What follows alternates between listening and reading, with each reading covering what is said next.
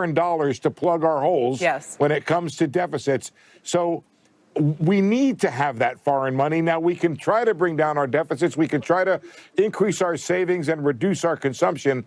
But I think there's still going to be a hole to fill for foreigners. Peter, wouldn't you say that's the tightrope they're trying to walk, is to make all those adjustments at the same time?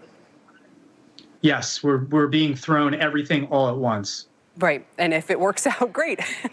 And nobody knows. And so we're watching it in real time. And if not, not. Gentlemen, thanks. Really appreciate you all joining this hour to try to unpack all of these extraordinary moves. The Dow was up 570 at the highs. Or maybe there right now. Anyway, Peter Bookvar, Jim Bianco, Drew Mattis, Steve Leisman, to Diana Olick now. Are the numbers I'm seeing on my screen correct here for the Dow? Are we up 840 points right now? Diana, I'm watching this literally glitching and gap. We're up 900 points. Is this, yeah, okay. There, wow. Our charts can't even keep up with how quickly these numerical moves are happening. We are at session highs. Emily Wilkins in Washington with some breaking news. Emily, what's going on? Hey, Kelly. Well, Treasury Secretary Scott Bessent was supposed to be meeting with a group of House Republicans, but he had to cancel at the last minute. And we've learned that it's because he was pulled into a meeting with President Trump. Now, we don't know the exact details, of course, what this meeting is on, but certainly a lot of discussion right now about tariffs, a lot of discussion about what's happening in the market, and also a good bit of discussion. Bessent has been on the Hill this week talking with lawmakers in part about the tax package that they have been working on. This is a key part of Trump's agenda. The House is set to take a major vote on it today, but at this point, they do not have the votes. There are a number of Republicans who are pointing to the fact that this could add trillions of dollars to the deficit through this package, and then pointing at the bond market and saying, hey, if we want to make sure that we are keeping the markets steady, consistent, we need to make sure that we are moving forward a package that is not going to add trillions of dollars to the national debt. And so going to be a very interesting day in Congress to kind of watch lawmakers move and see if this is going to actually be a point where Republicans start breaking with Trump over their concerns about the deficit. Guys? This is one of the strangest market moments I've ever seen, where we're seeing the Dow and the other major averages spike higher so quickly that our charts literally can't keep up. The Dow is up 1,500 points right now. And the latest headline that I see on the news wires, right, is the president saying he's raising the China tariff to 125% effective immediately. Emily, that's obviously not what you're talking about, and we don't know where these reports are coming from. Not to mention, reports on the news wires the last couple of days have led us in all sorts of crazy directions. So let's go back to what we do know, which is about this meeting between Trump and Bessent that was supposed to happen. Tell us again. So Bessent was actually supposed to be meeting with lawmakers on a day that they're set to pass a very critical piece of legislation. And he had to cancel on lawmakers because he got pulled into a last-minute meeting with Trump. So certainly something seems to have happened at the White House where Trump says, hey, I need my Treasury Secretary right now. We don't have any more clarity on exactly what that is, though. Let's go across town to our Washington bureau where Megan Casella. Well, wait a moment, Emily. Let me just back up as we wait to get our other reporters ready and find out exactly what's going on here. And just to rewind for the past couple of minutes, we came in this hour with the Dow up 200 or 300 points. We had a 10-year bond auction that everyone was nervous about after there appeared to be a bond buying strike in global markets overnight that pushed the 10-year yield up to almost 4.5%. That auction went well. That was the initial spike higher in the Dow, up about 500 points. We saw the 10-year fall to below 440, which is where it remains. That then saw markets continuing back to where they were pre-market. And just in the last couple of moments, the Dow has gone from up about 300 points to up 1,500 points, with very little explanation as to what's caused this sudden move, other than the canceled meeting Emily just told us about, with Bessent now being pulled in by the president to the White House. A couple of headlines from Trump on the wires about China tariffs. Megan Casella is in our D.C. bureau. Megan, maybe you can enlighten us with more. Kelly, we are just sifting through everything that we're seeing in this Truth Social post, but two major developments. I'm going to go first that the president says he is authorizing a 90-day pause and substantially lowering the reciprocal tariff during this period of 10% effective immediately. There's some fuzzy language here. The upshot is that there's a 90-day pause in the reciprocal tariff. What I'm not clear on is whether we go to zero during that time or to back where we were, or if the 10% tariff remains in place. Either way, a major step forward. The president says that this is because more than 75 countries have called representatives of the United States. Negotiations are ongoing, and so he's instituting this 90-day pause in the meantime. On the other hand, some negative news on China, saying that based on the lack of respect that China has shown to the world's markets, he's raising the tariff on China to 125%. That's, of course, up from the 104% that took effect just at midnight, now going even higher to 125% because he does not like the way China has been retaliating rather than coming to the United States and wanting to negotiate. So two major step forwards here. One, obviously, very good for the markets. You're seeing the markets react to that. The other one on China, looking like, they don't like the lack of respect that they see. So we are looking at a world in which things continue to get worse with China, one of our largest trading partners, but of course not the largest, but getting much better with everybody else, at least temporarily, while these negotiations, Kelly, are ongoing. Okay, so in a very simple nutshell, Megan, thank you. The president has just announced a 90-day pause, capital letters pause, and a substantially lowered reciprocal tariff during this period of 10% effective immediately. Now, this is a long run-on sentence in the Truth Social post, so let's try to unpack it. He starts by saying, based on the lack of respect China has shown, I'm raising the tariff there to 125% effective immediately. Mark doesn't really care about that part. He says at some point they'll realize ripping off the USA is not sustainable. Then he says conversely, and based on the fact that more than 75 countries have called representatives to discuss trade barriers, tariff, and so forth, and that these countries have not, at my strong suggestion, retaliated in any way, shape, or form, I have authorized a 90-day pause and a substantially lowered reciprocal tariff during this period of 10%, also effective immediately. Wow. This is a shocking turn of events here at about 1:25 Eastern time. The president, again, posting on Truth Social that for those trading partners who have not done reciprocal tariffs or retaliated in any way, he has authorized a 90-day pause and a substantially lowered reciprocal tariff during this period of 10%, also effective immediately. The Dow is up 2,100 points right now. The NASDAQ is up 7.8%. The S&P is up 6.3%. That 10-year auction is a distant memory at this point. In fact, 10-year yields remain a little bit lower, down around and under 4.4%. Scott Cronert is here with us. He's a U.S. equity strategist at Citi. Scott, your reaction? Well, Kelly, this is what we were looking for when we sat down to plug in for this call. But clearly, the events are unfolding pretty quickly. So I think the market's been looking for President Trump to find an off ramp down a negotiation path on tariffs. That's quite obvious, and that's been an overhang for some time on U.S. equities. I think to put some perspective on this, our work is that 4,700 in the S&P. More or less prices in tariff risk. So and that was tariff risk as we presumed it yesterday.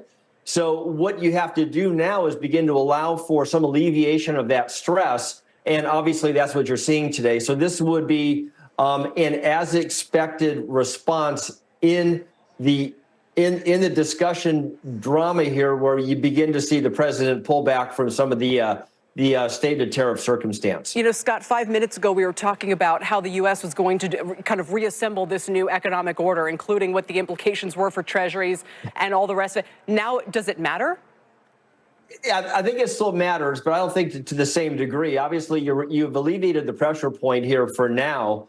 And I think that discussion in terms of the global world financial order probably gets pushed back to the background for now. But again, as we've learned, things can change quickly. I think what we're looking at here in terms of the Secretary Bessent angle is that he's been a little bit more of the view that we get it. There's some tariff aspect here that makes sense, but let's not go overboard.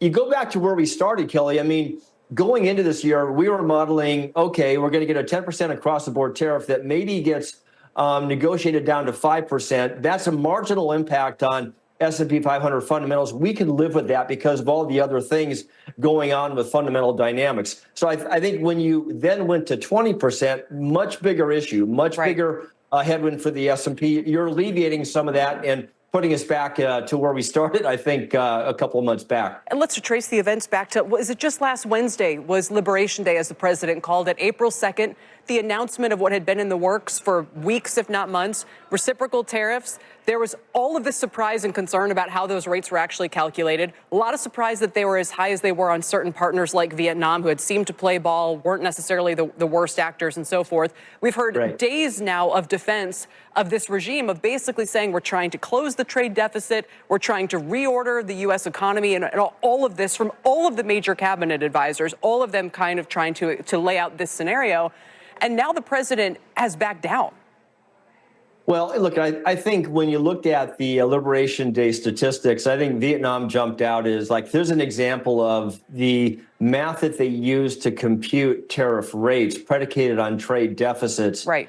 I'm going to say probably has some issues, right? Because it didn't take into account the reality, the underlying fundamental circumstance of the relationship with many of these countries, and Vietnam is the poster child for that. So I think the moment investors saw that, it's like, wait a minute here, something's just not right with the formula, with the approach, which I think precipitated a lot of the reaction Thursday, Friday, and again, the first part of this week. Yeah. I look at it from our perch. We went into Q2 getting more aggressive on the growth part of the market, when overweight tech, remain overweight comm services, on the view that at some point this is going to play through. That part of the market that got hit first is more likely to snap back quickest, and I think that's what we're seeing now unfold. So I think the playbook's changing quickly, and we've gone from a lot of uncertainty to alleviating some of that. Yes, and we'll cycle through some of the Mag 7, the major cap names. NVIDIA was higher even before all of this happened. But Scott, if you could hang tight for just a moment, let's get to Eamon Javers at the White House. Eamon, what an extraordinary turn of events. The Dow is still up about 1,900 points.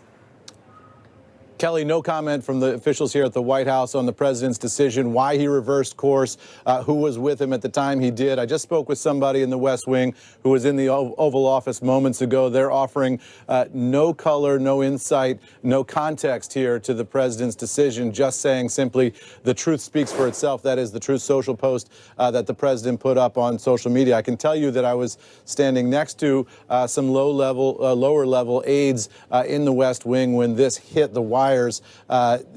None of them were in a position to expect this, and all of them were surprised to see it. The president had given no indication that he was thinking about reversing course on the future of his tariff program. Obviously, he's bifurcating his response here. One response for China, one response for the rest of the world.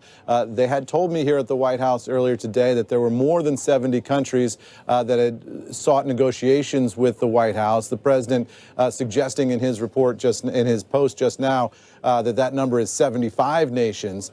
So clearly this is a sudden pivot and reversal by this White House, and aides here are not in a position right now to offer any kind of context or insight into why the president did what he did. What we do know is that there were reports off of Capitol Hill that Treasury Secretary Scott Bessent was set to meet with a number of Republicans on the Hill. That meeting was canceled. Bessent was said to be headed to a meeting at the White House. Presumably that has something to do with this. We haven't quite connected those dots just yet, though, Kelly, to know exactly who was in the Oval Office with the president at the time that the president made this decision. I'm just checking to make sure that there's a Marine at the West Wing door here to indicate that the president is indeed in the West Wing, and that is the case. So the president is here. We don't know who's in the Oval Office with him, and we don't know why he made this decision, Kelly.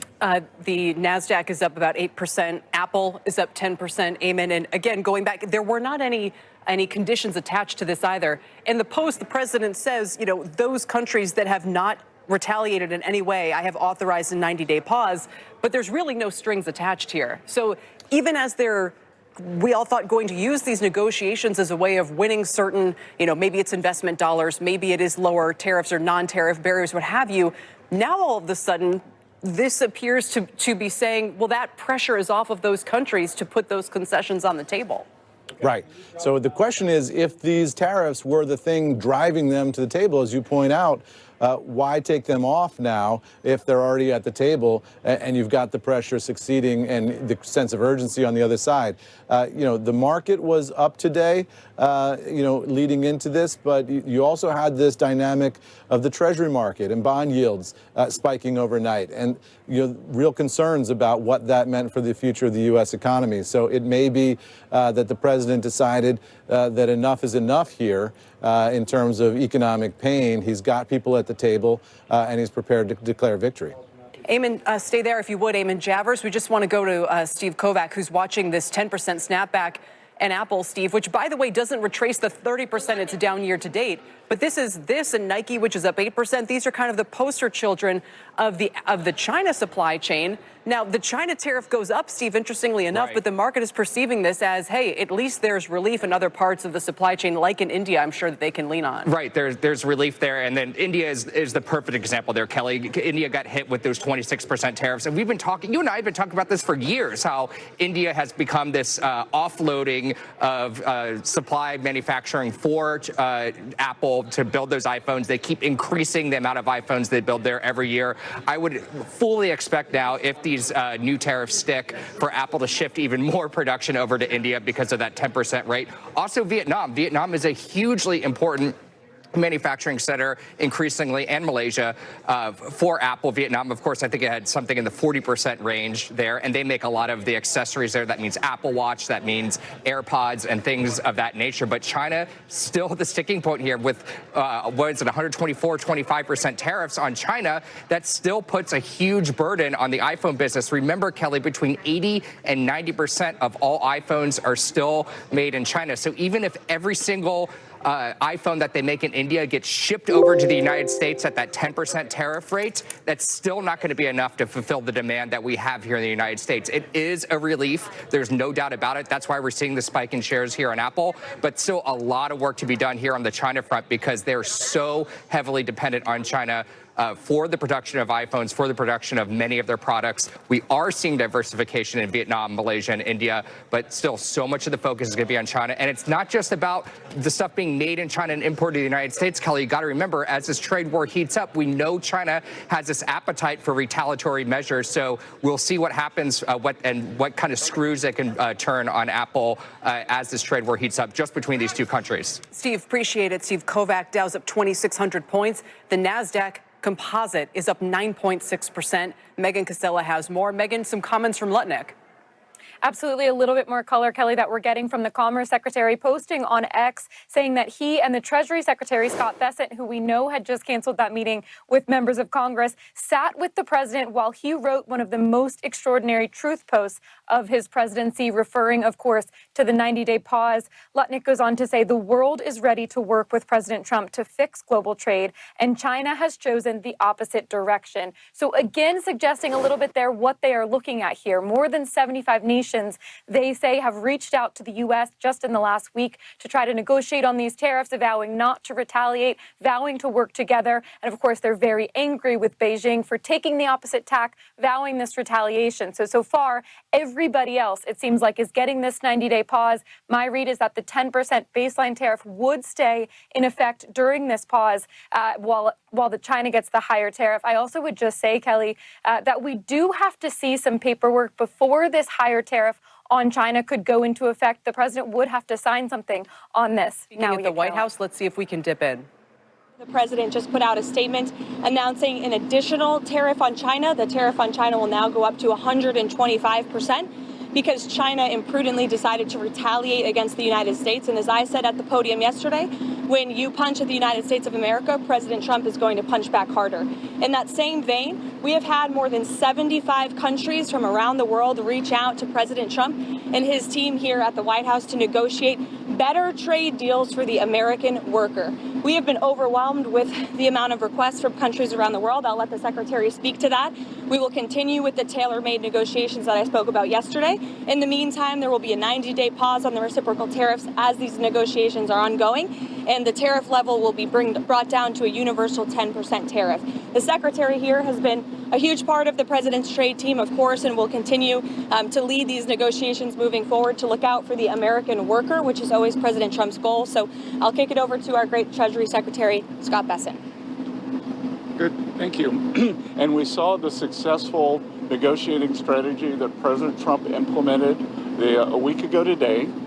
It has brought more than 75 countries forward to negotiate. It took great courage for him to stay the course until this moment. And what we have ended up with here, as I told everyone a week ago, in this very spot, do not retaliate and you will be rewarded. So every country in the world who wants to come and negotiate, we are willing to hear you. We're going to go down to a 10% baseline tariff for them, and China will be raised to 125 due to their insistence on escalation. Ed, go ahead. Treasury Secretary, thank you for doing this. Let me ask you three quick things, if I could, just for the sake of clarity, because the markets are open and they're wondering. First of all, Mexico and China, are they part of this 10% universal? Well, China. Mexico and Canada, are they part of the 10%? Yes. Okay. Second, given then that you have the rest of the world essentially calling it, it's not China, is this now just all about China? Well, it's about bad actors, and what we will see is some of the very early countries are China's neighbors. That we're going to see. I'm seeing Vietnam today. Japan's at the front of the queue. South Korea, India.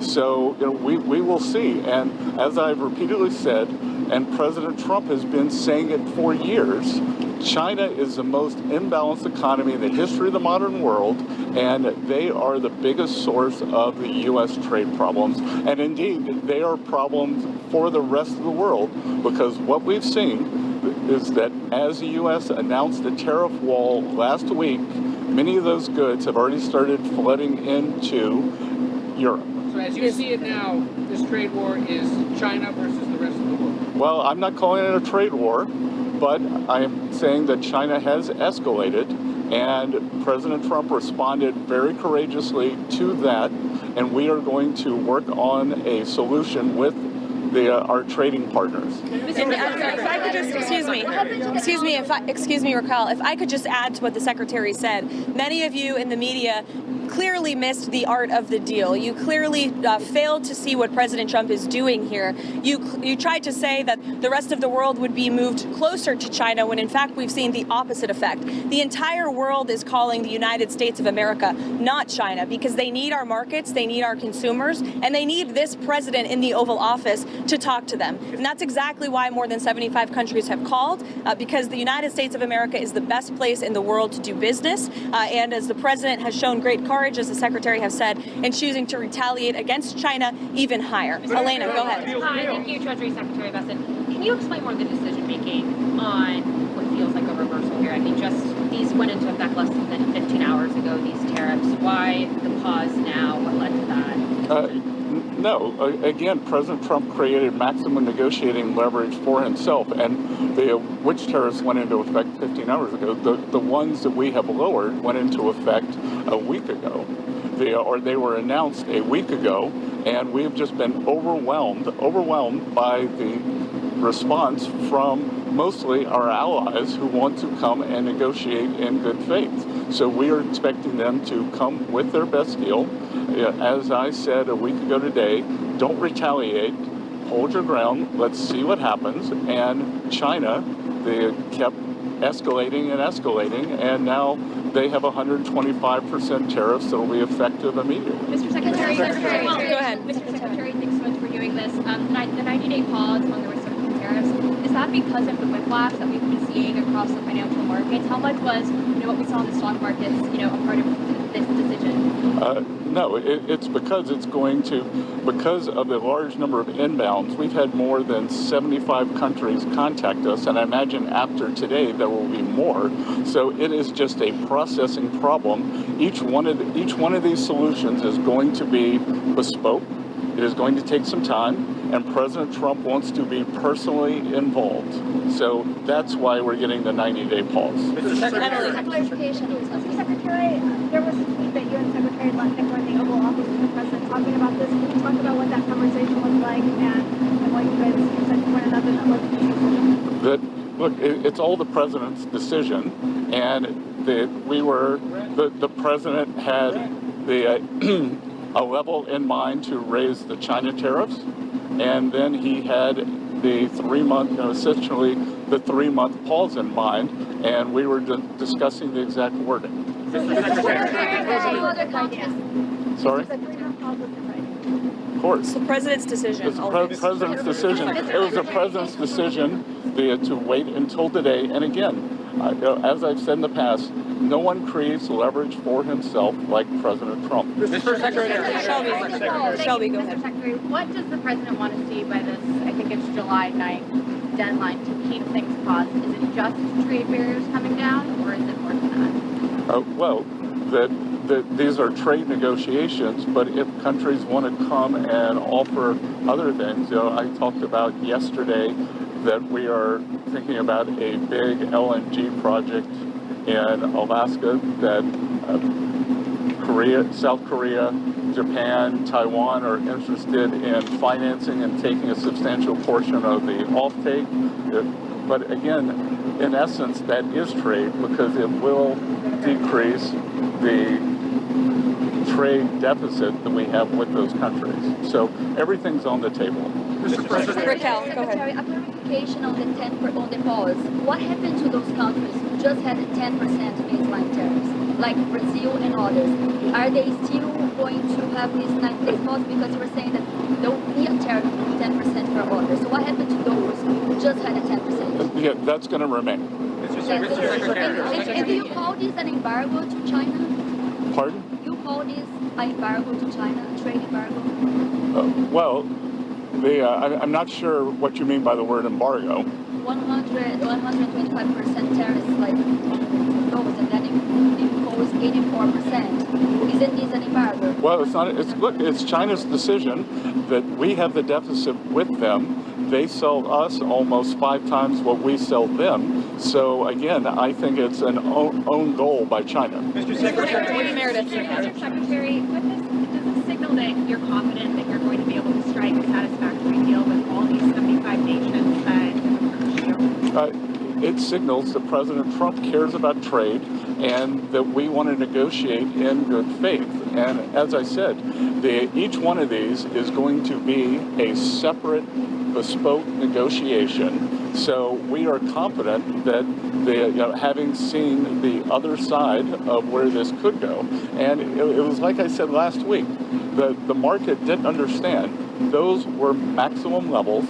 The countries can think about those levels as they come to us to bring down their tariffs, their non-tariff trade barriers. We're going to discuss currency manipulation, subsidy of labor, and industry. Secretary, as far as you, will the pause also apply to the sectoral tariffs that the president has announced, pharma, lumber, anything else? No, it's on the reciprocal. So those will still be coming here soon, right? Mr. Secretary, as far as the negotiations with the 75 Andrea, go ahead. Mr. Secretary, so I want to ask you about what you're doing here. So the market is reacting crazily, right? I haven't seen it. Do you think that this move is going to change and calm down the market reaction?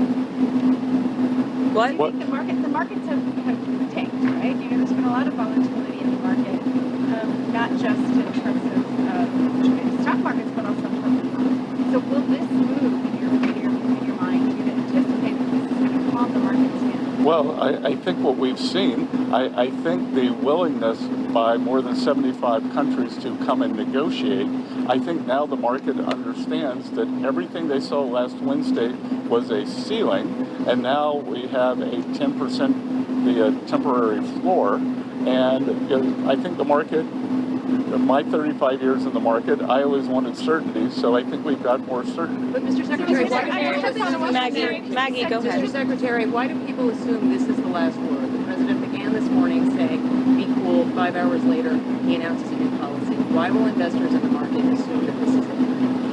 Because, again, as I said, we've given 90 days, and the only certainty we can provide is that the U.S. is going to negotiate in good faith, and we assume that our allies will too. And in terms of certainty, we will see what China does. But what I'm certain of is that what China is doing will affect their economy much more than it will ours, because they have an export-driven, flood the world with cheap export models, and the rest of the world now understands, because when we put up our tariff wall, those exports were already flowing to the rest of the G7 and to the global south. And you think Mr. Secretary, how much of this decision was driven by the bond market cratering overnight? What is happening with bonds? Is China selling their bonds? I have nothing that says that, and we actually had quite a good 10-year auction today, and all this was, again, this was driven by the president's strategy. He and I had a long talk on Sunday, and this was his strategy all along, and that, you know, you might even say that he goaded China into a bad position. They responded. They have shown themselves to the world to be the bad actors, and we are willing to cooperate with our allies and with our trading partners who did not retaliate. It wasn't a hard message. Don't retaliate. Things will turn out well. What's your message to the article Mr. saying that Secretary, the countries were getting these called back. negotiations with these 75 countries, how long will that take? Will it be a matter of weeks? Will it be a matter of months? Do you expect financial markets to be stable during that time period? Well, we've started with a 90-day pause, and we will see if more countries turn up, what will happen. But we have a meeting with Vietnam today, and we have one of the largest trade deficits with them, so I'm hoping it will move in a good direction. I was at the Japanese ambassador's house last night for the Cherry Blossom Festival, which is quite festive, and he and I had a good chat. They are going to send a deal team over, so we'll see. These are complicated negotiations. These are imbalances that have taken decades to create, but I think having seen the maximum level that Donald Trump is willing to go to, President Trump has created this negotiating leverage. Excuse me, everybody. Excuse me. The secretary is obviously a very busy man. As he has said, he's had more than 75 countries that the trade team has to respond to. I'd just like to end with this. For decades, Republicans and Democrats have said that these unfair trade practices are ripping off the American people, are ripping off our country, but nobody has ever done anything to address it. We finally have a president here at the White House who is playing the long game, who is doing what is right for the American worker and our industries here at home, and he has put together a fantastic team in Secretary Bessent, Secretary Lustnick, the entire trade team who will be focusing on negotiating these good deals to put the American workers first, and we're going to get to work to do that. Thank you. What about the EU? What about the EU? They retaliated this morning. Why aren't they being treated like China? Secretary Bessent at an impromptu press conference at the White House with the press secretary, Caroline Leavitt, moments after the president announced on Truth Social that he will be winding or repealing or putting on pause the reciprocal tariffs, but leaving in place the 10% tariffs for now and ratcheting up tariffs on China. Eamon Javers is standing by at the White House. And Eamon, after a series of events like what we've seen, I think when people absorb the China tariffs still being into effect, they're still going to have to think through both the inflation, the growth aspects of that, the supply chain hit. But this is a huge about face, a huge reaction in the markets. Perhaps it was the bond market, as the Treasury Secretary was asked about, that got the White House's attention after the sell-off we saw overnight. But regardless, what an extraordinary moment here. Absolutely, Kelly, and I can tell you that nobody that I talked to in the West Wing today expected this. If this was the strategy all along, it was very tightly held in a very close circle of people. You heard the Treasury Secretary there say that he had a conversation with President Trump back on Sunday in which the president indicated that it was his strategy to let the tariffs go into place on Wednesday today and then announce this 90-day pause. Now, that indicates that they've been holding this secret for several days from the entire world. The Treasury Secretary also said that there's no way in which the bond market meltdown overnight affected this. He said we had a very good 10-year auction and the bond market was not part of the concern, but the bond market meltdown certainly did get the attention of the world, Kelly. And I can tell you that what I'm looking at here is some of the palace intrigue of this announcement, right? Because it's unexpected, very sudden, but also who was at that microphone and who wasn't at that microphone. You saw the press secretary there, and you saw the Treasury secretary there. The person we didn't see is Peter Navarro, who's one of the architects of the tariff strategy. We also didn't see Howard Lutnick, who's the Commerce Secretary, who's involved in a lot of White House meetings. Lutnick putting out a post on social media suggesting that he was in the room for this decision, but was not clearly asked by the president to go out to the microphones to explain it. That fell to Besson, and we know that Besson is the person who has been saying all along that this is a negotiation, that the president is open to talking with foreign trade competitors, and that Lutnick and Peter Navarro were the folks who were saying this is not a negotiation, this is all about a permanent regime change in global trade. So it looks like, to the extent there are factions inside this White House, this is the triumph of the Besant faction, and the Peter Navarro faction is a little bit on the run here at the White House. Eamon, appreciate it. With the Dow up 2,100 points, the NASDAQ at the highs was up almost 10%. Let's bring in Steve Leisman. Steve, because we were talking a moment ago about how complicated things are for the Fed. If this is telling us that growth is going to hang in there in the meantime, I guess it makes things a little easier for them. But we're also seeing the odds of a cut at the next meeting go up to almost 90%. At the next meeting, that's not what I have. At the June meeting, I have. June, thank you. For the May meeting, it went down to 20%. It went down a little bit for the June meeting. I mean, look, you can say this is a relief, but there's another 90 days of uncertainty to come, which is worth it. And you could also try to spin this as a victory, or you could see this as a failure of policy and leadership on the part of the White House, Kelly, in the following way. I remember the night before the tariffs were imposed and the day and that day, and I asked our great White House reporter, Megan Casella, why we had heard nothing of the plan. And the reason I asked is it because they don't know or they're not saying? And what we found out since is they didn't know. The plan was made up that day. It was not nobody on Wall Street. They didn't run it by Wall Street. They didn't run it by business leaders and CEOs. And now you could argue, after withering punishment from markets, from bond markets, trillions lost across the globe, the president, he didn't just flinch, but he ducked when it came to what was coming his way here. So they can try to spin this as a victory, and maybe they have 75 calls. Maybe they get 75 trade deals. But it just seems to me that the other way to tell this story is that the president just flinched and did not run this by the markets, run this by the business, and he was facing a deep recession. I will point out there are still trillions lost from that day, Kelly.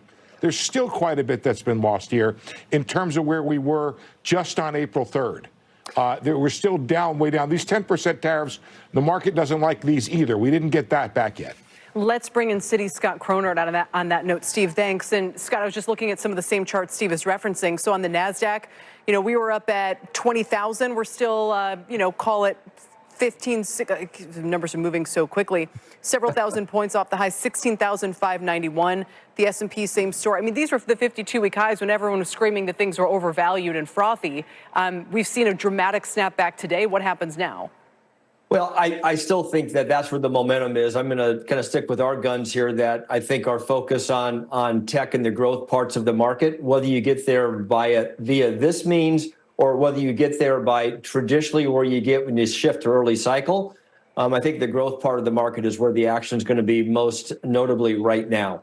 I would say, in response to what Steve's point was, I'm glad to see Bessant's reassertion, if you will, into the process. I think that's been something notable. And then I just remind so many times over the years, you're looking at a policy issue, and often it's not the what of the policy as much as it is the how.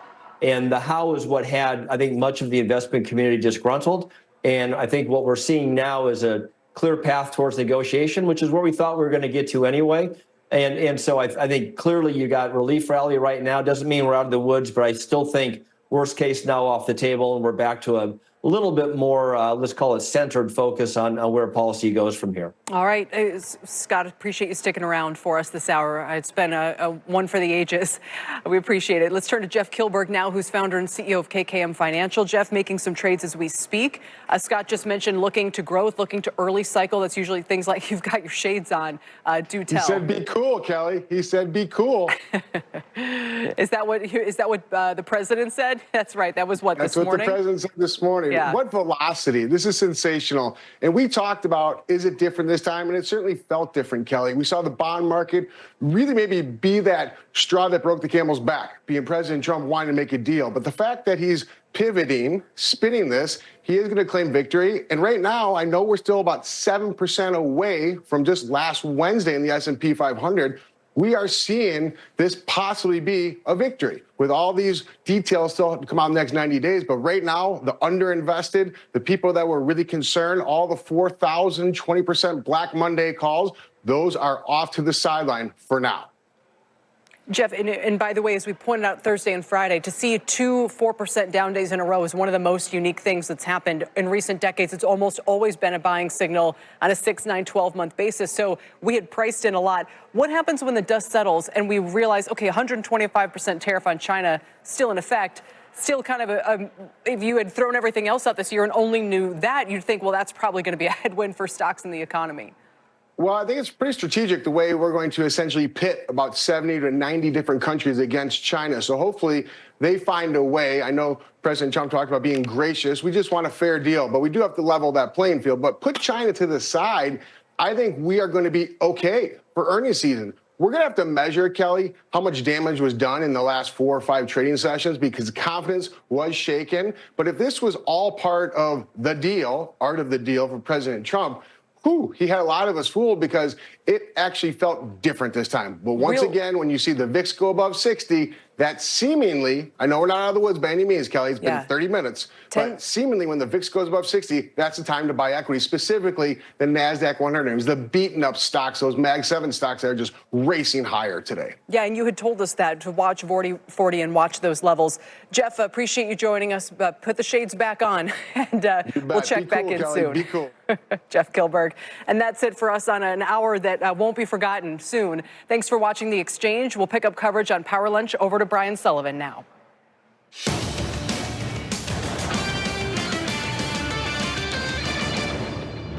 And we'll give Kelly a couple seconds to get over here as well, because we are going to start with a market that is absolutely ripping higher. What is this? The face ripping rally that some have talked about? The NASDAQ 100.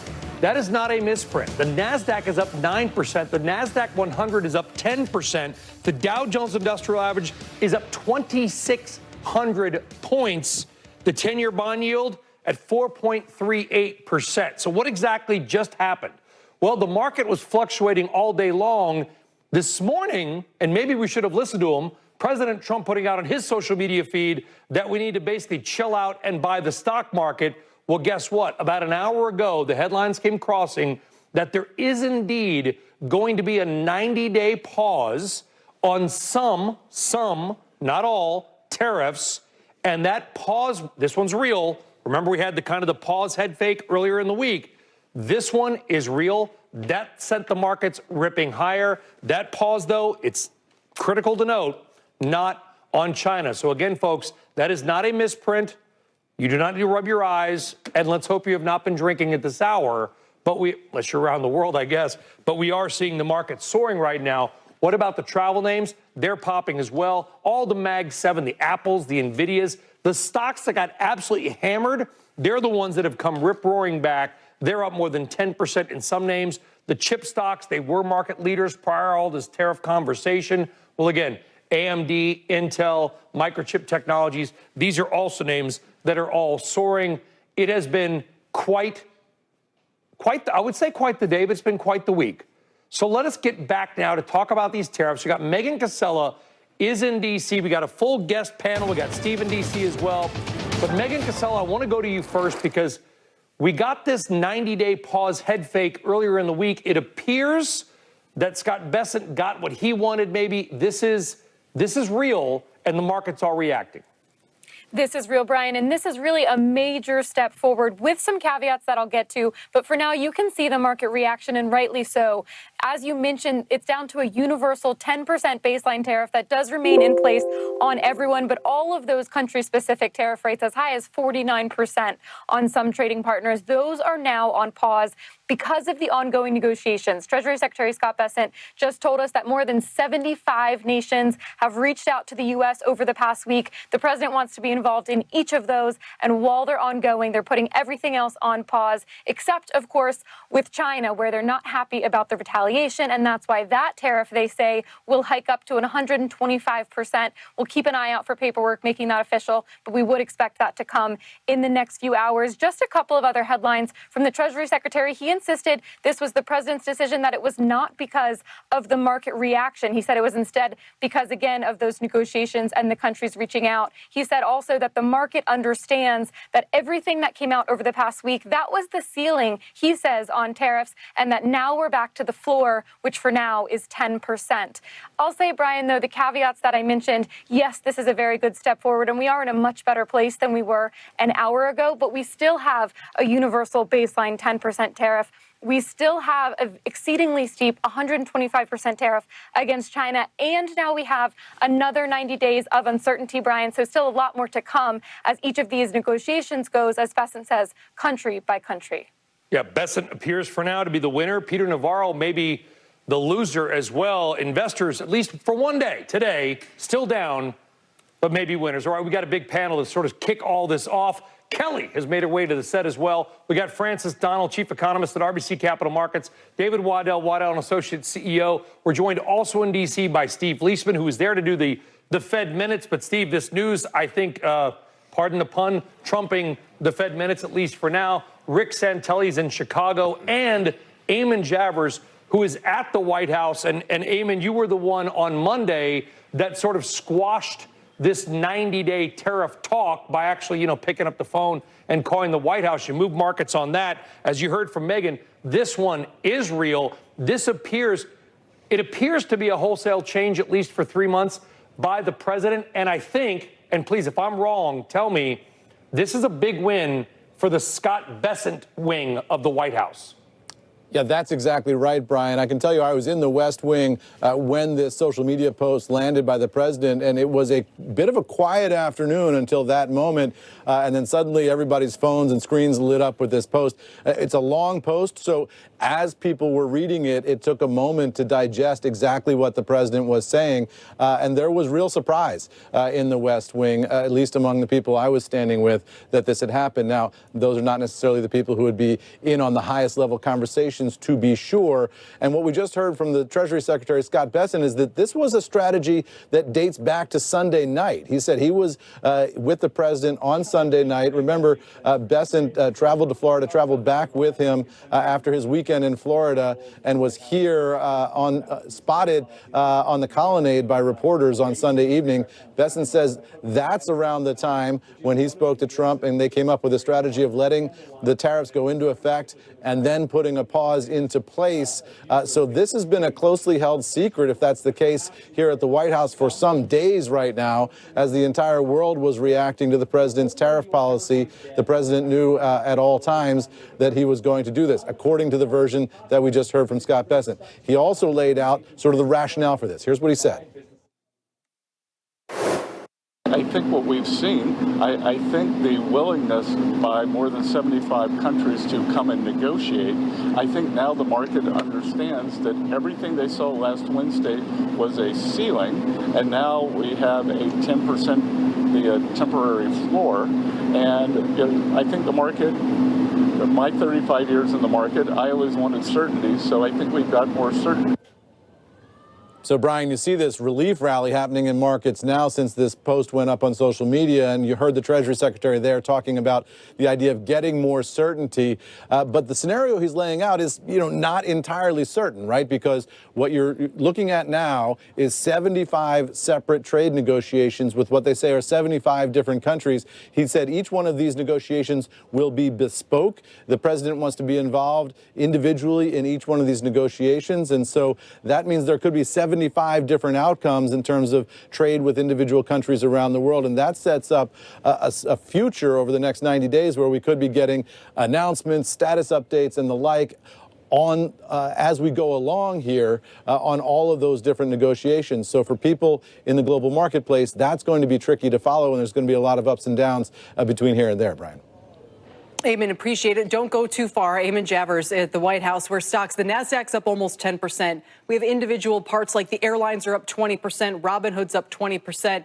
Some of the retailers are up 20%. Absolutely levitating here. Let's turn to Francis and David for some context. And Francis, maybe you can take it first. But what do you think is going to be the net impact as the dust settles from the announcements we've had, the market reaction, and now trying to still figure out the economic effect of 125% tariffs on China? Well, look, the economist game in the past few weeks hasn't been point forecasts, it's been scenarios. And when you ran those scenarios, when you saw something like Liberation Day, 20% average import, that was really consistent with a recession in the United States and some pretty high inflation. But we also ran a 10% across the board. That's not exactly what we have here, but it gives you a framework. And what you see in a 10% across the board, well, it's still problematic for growth and it's still higher for inflation, but it's not that same sort of deeper formal recession type of call. So some relief, I think, in a lot of economists' forecasts right here. But I have to tell you, Kelly, if you had told us last week that we were going to have a 10% across the board tariff wall around the United States, that still would have been a painful impact to growth. It still would have been material downgrades,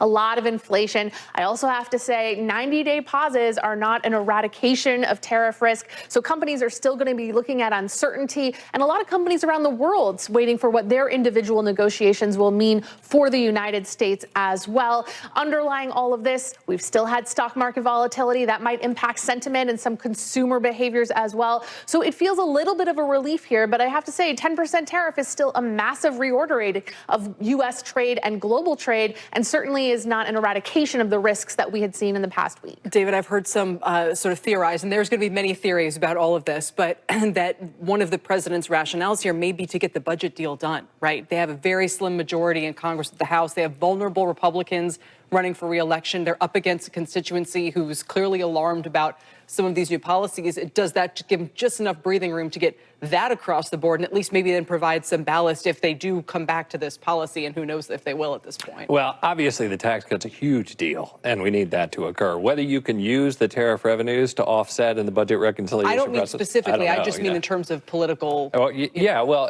majorities have their privileges, right? And so the Republicans can use that at least as a talking point. I think two major things were revealed to us in the last 15 minutes.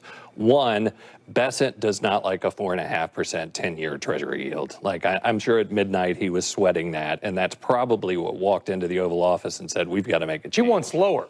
Yes. Yeah. I tweeted out this morning, and it wasn't like me just tweeting my feelings. The market was screaming for change. Yeah. The market was going to push for change, David, no matter what. Correct. And when you see stocks move and bond yields move in the same direction, that was the leverage that Bessent needed to convince the president that Navarro was wrong. That's what I think happened. And I think he walked into the Oval Office and said, we can't fund this thing at all if we're going to have these come unmoored. Because what, $600 billion comes into the United States from foreign purchasers. They own $8.5 trillion in treasuries. If they go on a buyer's strike, then we just start having these yields levitate, and none of this stuff happens. So I think that was the panic button. Number two, China's the problem, right? I mean, if you look at China's share of global manufacturing over the last 20 years, it's really come out of the U.S., but it's also come out of Japan. It's also come out of Europe. And so we know that the 10-year is the leverage to get the deal done. We also know that China is the main focus of all of these negotiations, and rightfully so. So I think those are two huge bits of information in what had been a huge information vacuum. Steve Leishman in Washington, D.C. Steve, I know you were there to cover the Fed minutes. The Fed minutes are out, but obviously this is kind of superseding a lot of that. The Fed is looking at all this data, and kind of to Francis's point at the top of the show, it appears that the data now, tomorrow and the next day, will be different than the data we would have gotten earlier this morning or yesterday. How hard does this make an already nearly impossible Fed's job? Can I say more nearly impossible? Is that a good answer? I think that's correct grammarly. I mean, not a laughing matter. Obviously, this is good news that the president backed off these tariffs. It's bad news, as one of your earlier guests said, that these 10% tariffs. Remember, Brian, we were down trillions of dollars on the S&P going into that Rose Garden announcement because the market hated the tariffs. And it's interesting to think where the market would have priced that day had the president announced just 10% across the board tariffs. Remember, that makes us one of the most highly tariffed countries or the highest tariffs in the developed world, higher than Europe. And of course, the president, as we know, made up those tariffs.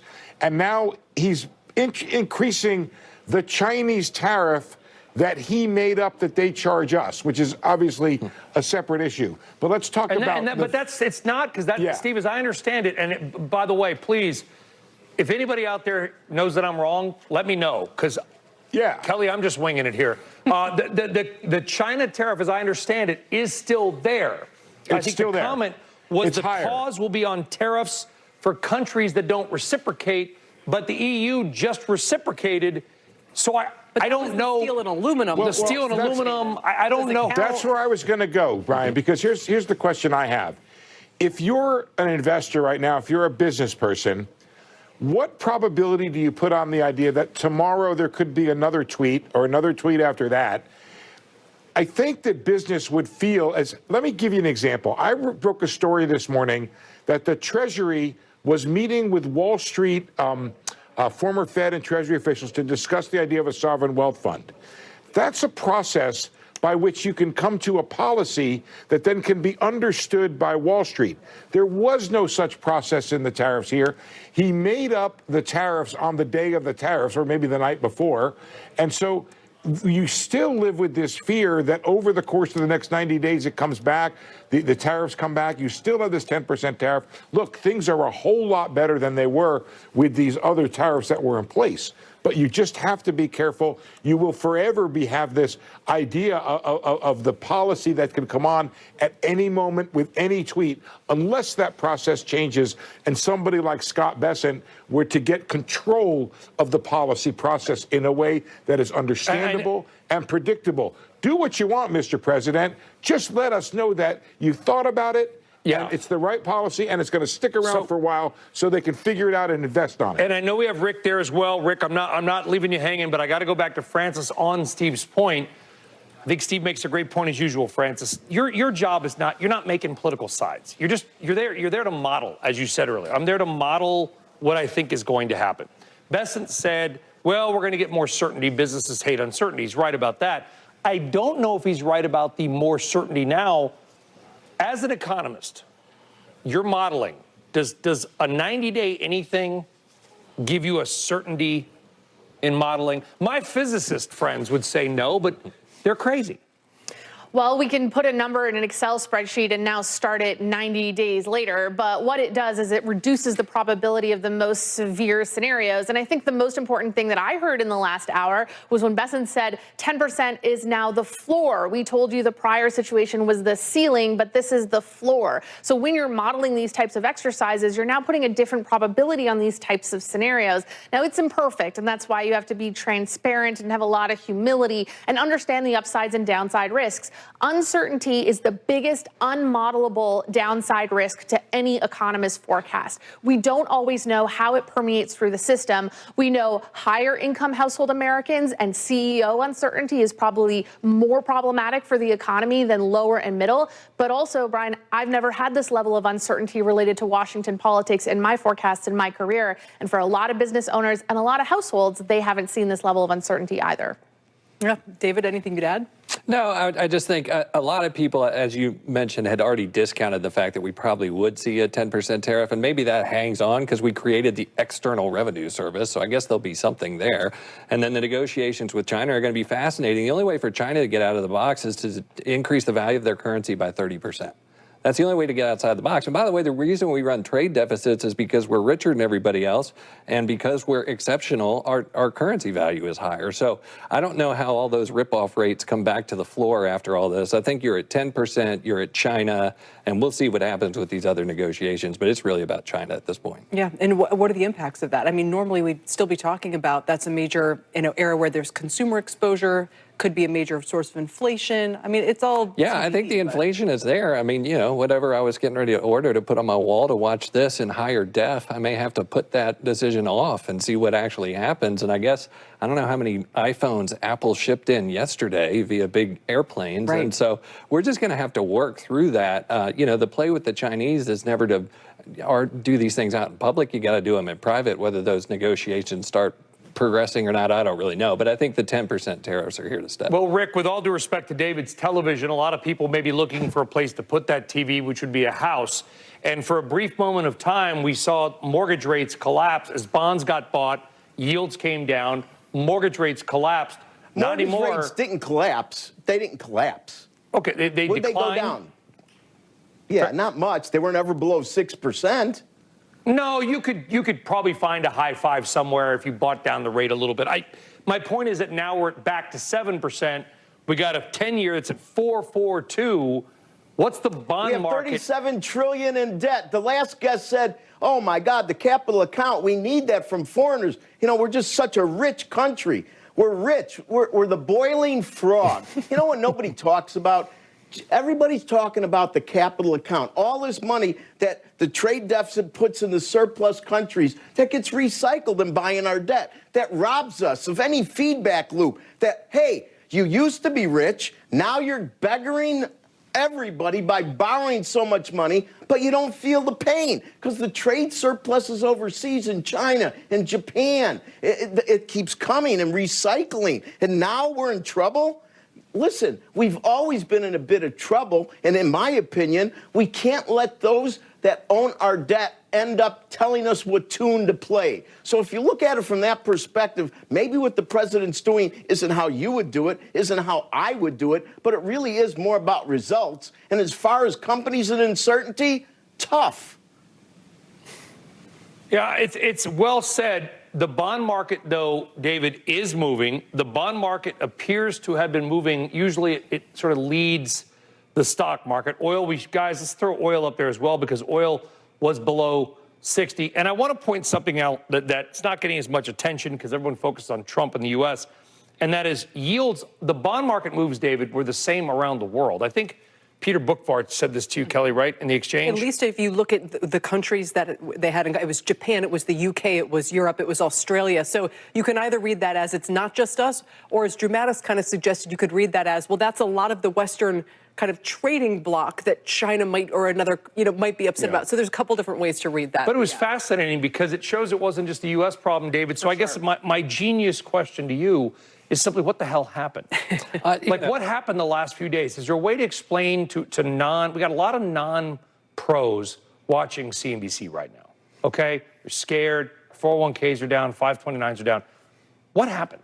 Well, I mean, I don't know. I'll tell you tomorrow when I have time to think it through. But I think I don't know is probably the most honest answer but here's the thing. We've ever gotten on CNBC. Right. Well, all right. So people have their long-term asset allocations. They should be set up. So strategically, the long-term asset allocations always bake these things in. So the dollar was down, 70 basis points when I woke up this morning. So where was that in the linkage as well? I think it's going to take a while to do the autopsy and figure out, yesterday I had lunch and I heard a couple of guys talking about hedge fund pain and the basis trade, and I think that was part of it too. But in terms of how to apportion responsibility for that move, I don't know. What I do know is that, as Rick said, we're 25% of the world economy. Everybody else is 75%. If they go on a buyer strike because we do rely on their capital, it is going to create some upforce, whether it's perceived upforce that generated selling or it's actual upforce that leads to lack of buying. I don't know, but the perception was clearly that we were creating a large problem, and I do think that was the pain point that sort of facilitated the press conference. Rick, what would you add? Here's what I'd like to add. Whether it was COVID crisis, credit crisis, Tibet, tech wreck, long-term capital, and all those, you couldn't call a timeout. Say, okay, COVID, the markets are crazy. Let's do a timeout. Let all the markets come back and regroup. But we did a timeout here. And The Dow's now up 2,500. The NASDAQ's up 1,500. My point is that this is really different this time. There's no timeouts in a real crisis. And technically, the economy really isn't much different than it was a month ago. I understand the uncertainty and the fact that all the data might be different, but that's something to think about. The other thing is, you know where all the action's been the last hour and a half? In 2-year notes. At 118, a 2-year note was at 368. It traded to 4%. Okay, that speaks volumes about how the Fed has a very small role in what's going on. Well, Rick, wouldn't that tell you that they perceive a much stronger near-term economic outlook because the tariffs because you backed down?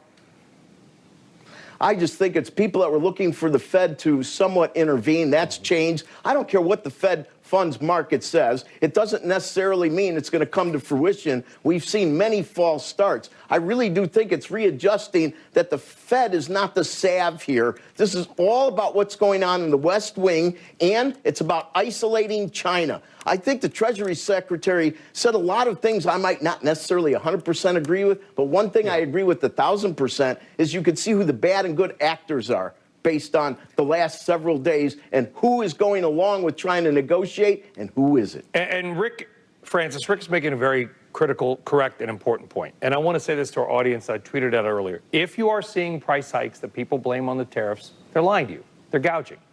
The tariffs they kicked in yesterday. Okay, now we had solar panel tariffs from the Biden administration. We had EV tariffs from the Biden administration. We had Trump tariffs 1 and some steel and aluminum tariffs about a month ago. So I guess if you're building a pipeline or anything involving a lot of steel, your prices may have moved. But for anything else, the retailers are gouging. I want to make that clear.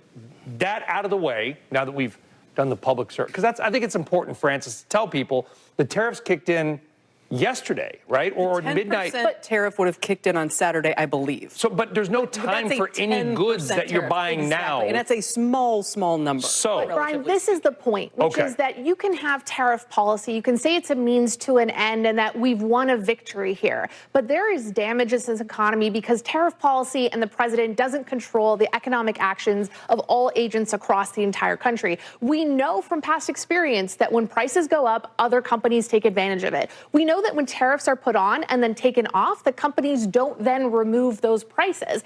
So there is actual changes that happened in this economy. Repeat that. That was critical what you just said. We know that when companies have tariffs applied and those are then removed, that not all companies then drop the prices after the fact. Why not?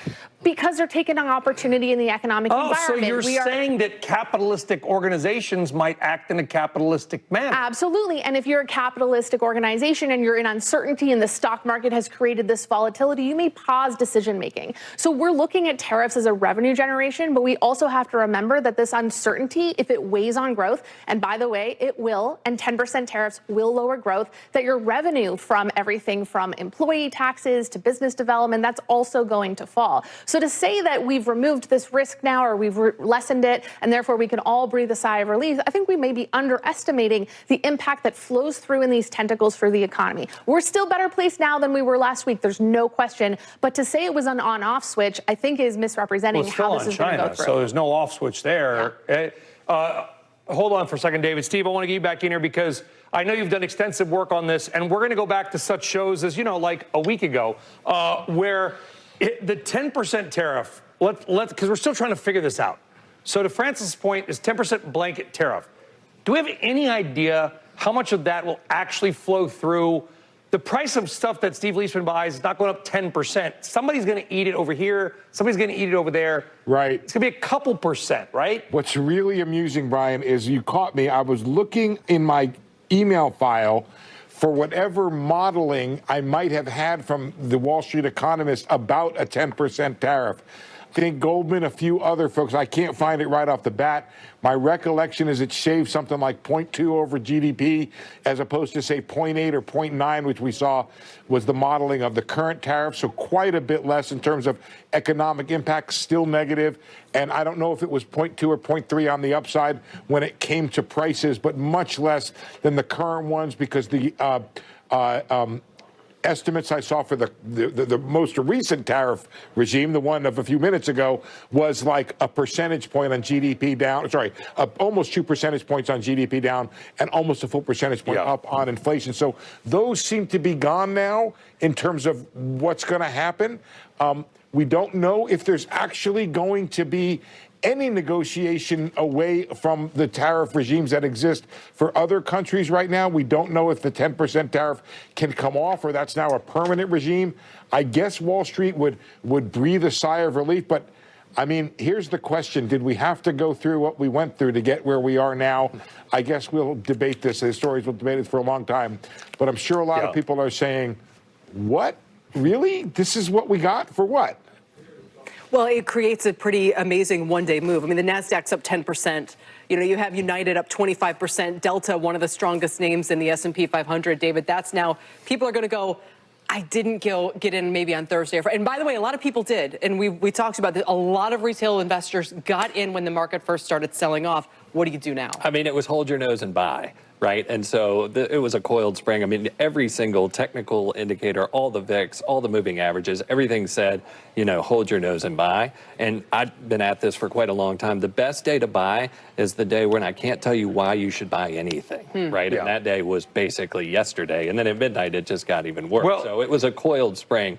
But one thing I'll add about that. Well, hold on. I want to stay on that point, and I want you to add it, but I want to follow up on this. I think you're making a critical point. OK, the CNN fear and greed index was at 4 out of 100. Correct. Okay, everything was awful. And that's the lesson here. And the market, who knows, tomorrow it may fall 10%. I don't know. To Kelly's point, JP Morgan Chase is up 10%, Morgan Stanley up 12%, United Airlines up 25%. Today, Walmart, best day in 5 years, up 10%. But it's a good lesson that you never try to time the market, right? Because the people that sold yesterday are now, who knows what will happen tomorrow, but for today, they've missed it. And I think this is a critical lesson that the best single days in the stock market generally come in fearful and uncertain times. I don't know a lot, David, but 30 years of doing this tells me that. Well, and furthermore, if I have a client who calls and said, I can't take it anymore, I'm going to sell, I say, fine, what's your buy strategy? Right? And that's where they typically get tripped up because I feel bad, so I want to sell. But if you can't articulate why I would get back in, what the trigger would be to get back in, you should not sell. Right? And so you got to do 2 decisions, not 1. Fair enough. Let's bring in Bob Pisani as well for some more color here on what's moving, where, and Bob, where some of the biggest reaction really is here as we digest the news.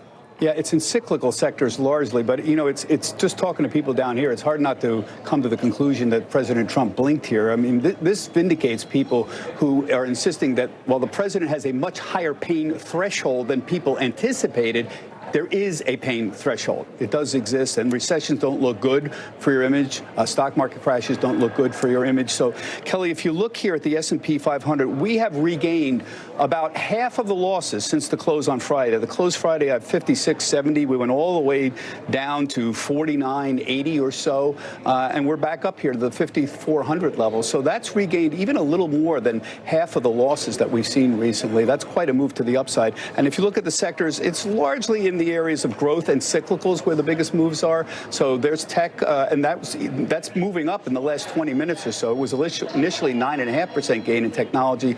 Materials was initially 7 on the pop, and you see it. So it's getting higher here. Energy was 6, now 7.8, and consumer discretionary also moving to the upside. Defensive sectors are up, but not nearly as much. So you see staples, for example, up about 4%, healthcare up 4%. And these, interestingly, have not moved in the last 20 or so minutes. So it's really the growth and cyclical sectors that have moved here. What there is not is any, as we like to say, any off switch for China. So if you look at MCHI, there's a number of ways you can look at China ETFs, but MCHI is one of the broadest ones. Since about 140, there has been a modest move up, but this is largely on a technical bounce that began earlier in the afternoon. You see here, it's really not up much at all since around 120 or 125 when the announcement was made. And of course, that shows you how difficult it is for China stocks to be moving here. So Steve Leisman asked, I think, the right question here, which is, is this worth more than just a one-day pop? I mean, considering this could all change with a tweet here. And 90 days is a long time. That's what encourages me, and that's what encouraged a lot of people as I was coming out of my meeting when this happened, that's a very good time period for people to sort of take their breath and figure out what's going on from here. So as of now, the market's coming to believe that this is a real break and that there is a potential for real negotiations with these 75 other countries that the president has said are calling. Kelly? Bob, thank you so much. The NASDAQ was just up about 11%, so huge one-day moves. Let's turn to your colleague across the floor, Jim Cramer, who joins us, I believe, also from the New York. Are you at the exchange? Jim, thank you for joining. Where do we begin? Holy cow, what do you do? What does it mean? What do investors do? Well, we've heard a lot of good wisdom from the panel. I know that Brian was talking about how you have to be in there for the hard days, so to speak, to turn into good days. But a couple of things we've learned. Going home last night, and all the people who were short Apple, were short Nvidia, short the Mag 7, anything. They were high-fiving and completely thrilled. And I would say that when the market goes down this much, day after day after day, that the shorts, they might just send me an invitation to your funeral. I mean, honestly, and the other people who, besides the funeral crowd, the Get Out Now crowd, they're wrong too. The Get Out Now on Monday morning crowd was wrong, and the shorts who were high-fiving were completely wrong. The shorts obviously playing a role even at this very moment because they still can't believe that this has happened, particularly led by stocks that they felt were kaput.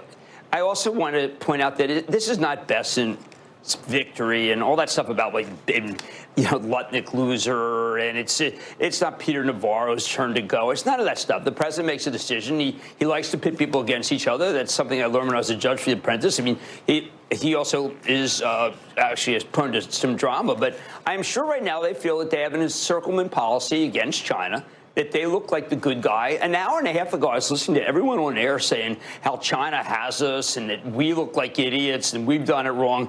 You can't count anybody out in this scenario. So, I mean, look, Besant has 35 years, he likes to bring that up, of being on Wall Street. But I think that this was more of a collaborative effort than people realize.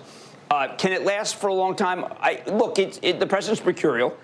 I don't think he wanted people, he said last night he was for Main Street, not for Wall Street. Main Street has 401ks and they have IRAs, and if he's for Main Street, well, then he's done pretty well. Yeah. But I would just point out that the narrative change says you don't want to short a bad market with this president, and you don't want to get out. You just stay the course. That's the right thing to do. Bulls make money, bears make money, and pigs get slaughtered. And in this case, the shorts were the pigs. They were, Jim. I mean, on the political side, the Besant thing, the Navarro thing, we'll move that. We don't know. I don't know, but I will say that there does appear to be some infighting at the top. And I don't care about the politics, Jim. I'm just curious about where this. Why do we care? We want to make money and we don't want to lose money. If it's Navarro, if it's Lutnick, I mean, who cares? Okay. We're never going to know. We're not going to be in the room. Fair enough. I think it goes to where trade policy may end up. But let me ask you this. United Airlines, okay? I'm looking now at my screen. United Airlines is up 27% right now. I mean, it's still up over 6 months. It collapsed and it's come back. Has the fundamental business case for people getting on an airplane changed that dramatically in a day? This is the kind of stuff I don't know. Delta had good numbers. I thought Delta was going to be awful. Delta had good numbers. Their single biggest raw cost, fuel. So they're going to do much better. I mean, fuel's falling apart here. I know that Chevron bounced back, blah, blah, blah. But, I mean, so you have two big positives. One was that Delta was really good. And second is fuel goes down. Now, these are volatile trading vehicles, and they're very excitable, and people get, it was cut in half. But it is important for people to recognize that when fuel goes down, it makes up for some of the people who don't show up in planes. The oil companies. I mean, I guess people got short them at the end. You know what, Brian, there's so much money being made by the shorts that they've really, really decided that they had their way. And it turns out that was a mistaken way to approach making money. All right. On that note, Jim, if you'll just stand by for just a second, let's get back to Eamon Javers. He's got more color about how exactly this all went down. Eamon, what can you tell us? Yeah, Kelly, we're just trying to understand exactly the decision-making here at the White House when all this was decided. You heard Scott Bessent just a short time ago at the West Wing door, and what the Treasury Secretary said was, and this was driven by the president's strategy. He said he and I had a long talk on Sunday, and this was his strategy all along. To me, that indicated that the decision to reverse these tariffs was made on Sunday, but that is not the case, according to Caroline Leavitt, the White House press secretary, who I just spoke to just a couple of moments ago in the West Wing. What she says is the decision to reverse course on these tariffs happened in the Oval Office today during a meeting with high-level officials and the President of the United States, and they hammered out the language of this Truth Social post in that meeting, and there was no decision back on Sunday that this was going to be the playbook, that in fact it was all decided today shortly before that post went out to the world. So what we're looking at with that social media post is sort of a near real-time view into presidential decision-making. She didn't offer any details on who was in the room with the president when he made that decision, or sort of why this decision was made today. We did hear Scott Bessent, the Treasury Secretary, saying that it wasn't due to the bond market, which moved dramatically overnight. But so we'll have to wait and see if the president offers any more explanation for that. We're going to see him possibly a couple of times today. There's an event with race car drivers here at the White House. He might take some time out to talk about it there. Caroline Leavitt telling me that the president is very excited to talk to the world about this. So we may hear from him shortly. And we heard from him this morning. We've heard from him a few times. He said bye. He said bye this. I mean, Jim Cramer, the president, this morning said basically he told us, sort of tipped his hand on what to do. I think he said buy the market this morning. It was kind of contemporaneous when I was talking with David about how it would really be great if he would just say he'd buy the market, which was good. I would tell you that he's attuned to the media, but what matters is that the press secretary, my understanding is that's exactly what happened. And they were very heartened about the number of people that came to the table. They felt that they did have the Chinese encircled. They decided to press their bet.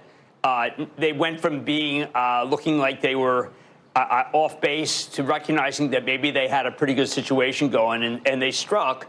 I also think that there are enough people in that room who recognize that the shorts were having their way and actually think like that. Remember, these are people who are pretty seasoned. I mean, Secretary Ludwig's pretty seasoned. Secretary Bessent's pretty seasoned. They really get it. And look, I know Peter Navarro. He's a volatile guy. I've known Peter for a very, very long time. He gets it, too.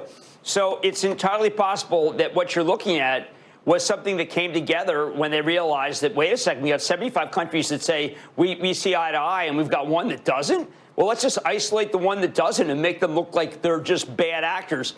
And they succeeded. So I don't know. I mean, it worked. Look, if you're a bull, this was a good day. Don't outthink it. Stop thinking about the damn bond market. Look, I love the bond market. The bond market's moved like a couple of nano basis.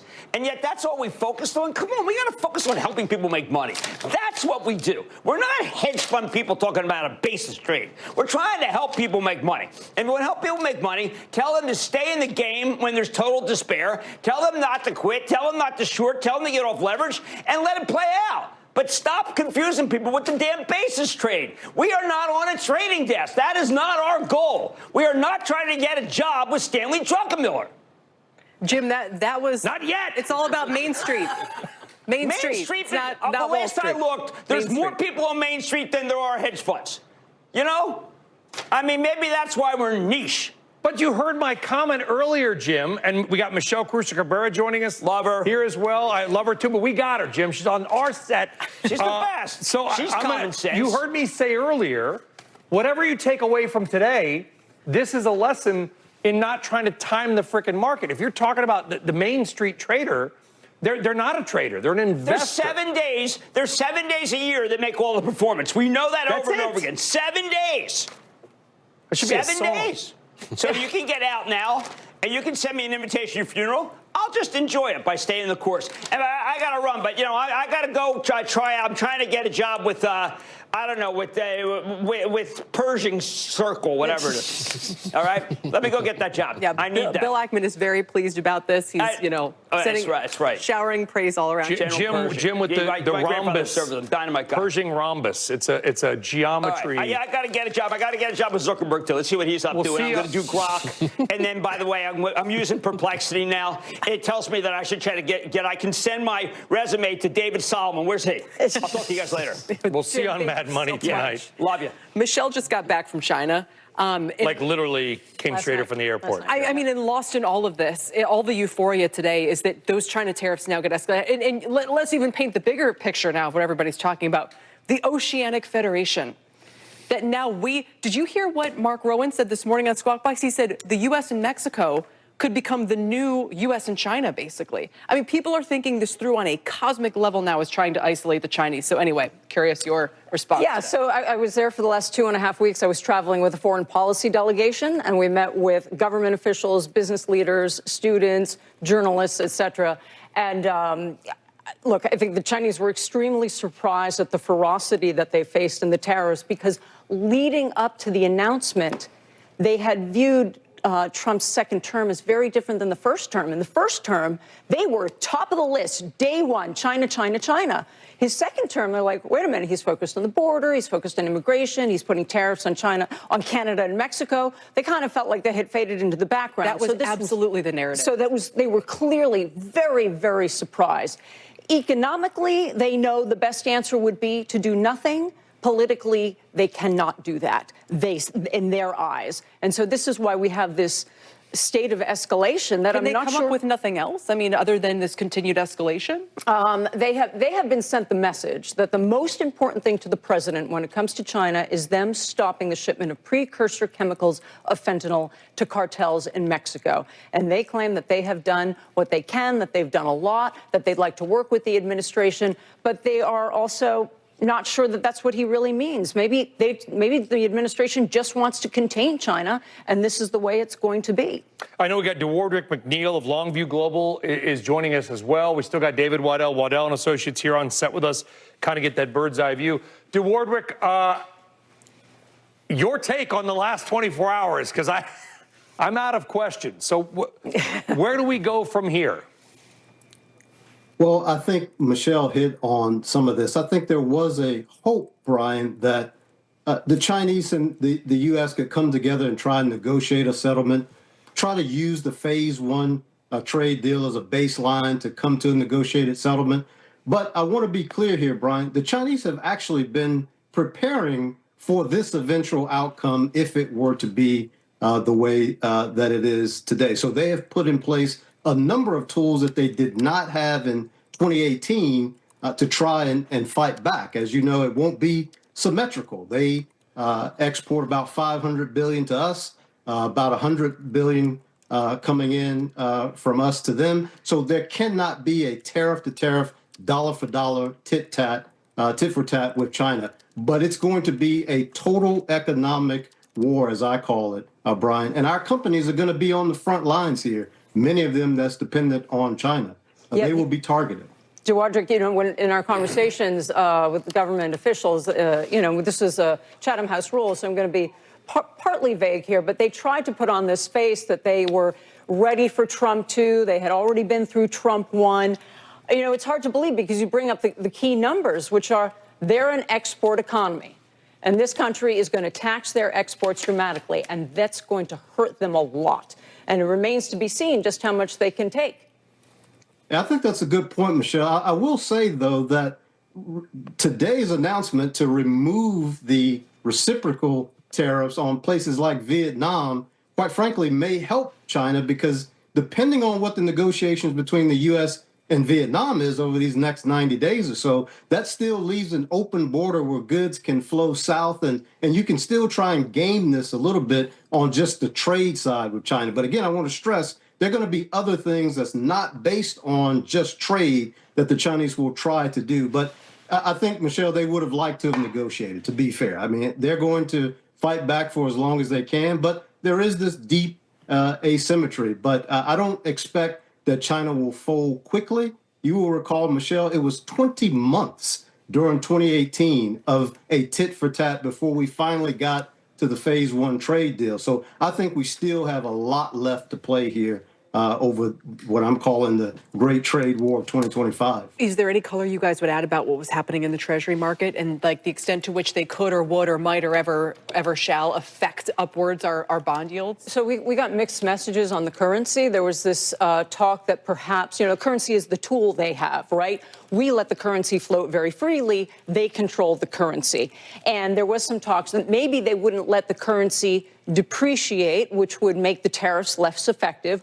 Maybe they would actually keep the currency where it is or actually let it appreciate and therefore make the U.S. consumer actually feel the pain and try to force the hand of the president. But I think we've seen the action in the last few days is they've gone the path of least resistance, which is to allow the currency to depreciate and offset the impact of the taxes, of the tariffs. That's what they did during Trump 1, by the way, almost entirely. And I hear David, I hear Jim's points about don't try, we're talking about the basis trade on CNBC and time value and value at risk and all this other stuff that we know because we live this and we talk about it every day. I totally get that point. And I think, CNBC stands for Consumer News and Business Channel, not the stock market channel. So your clients, some of them, I think, might be looking to sell into this rally, right? Like they're down, they've made a little bit of money back today.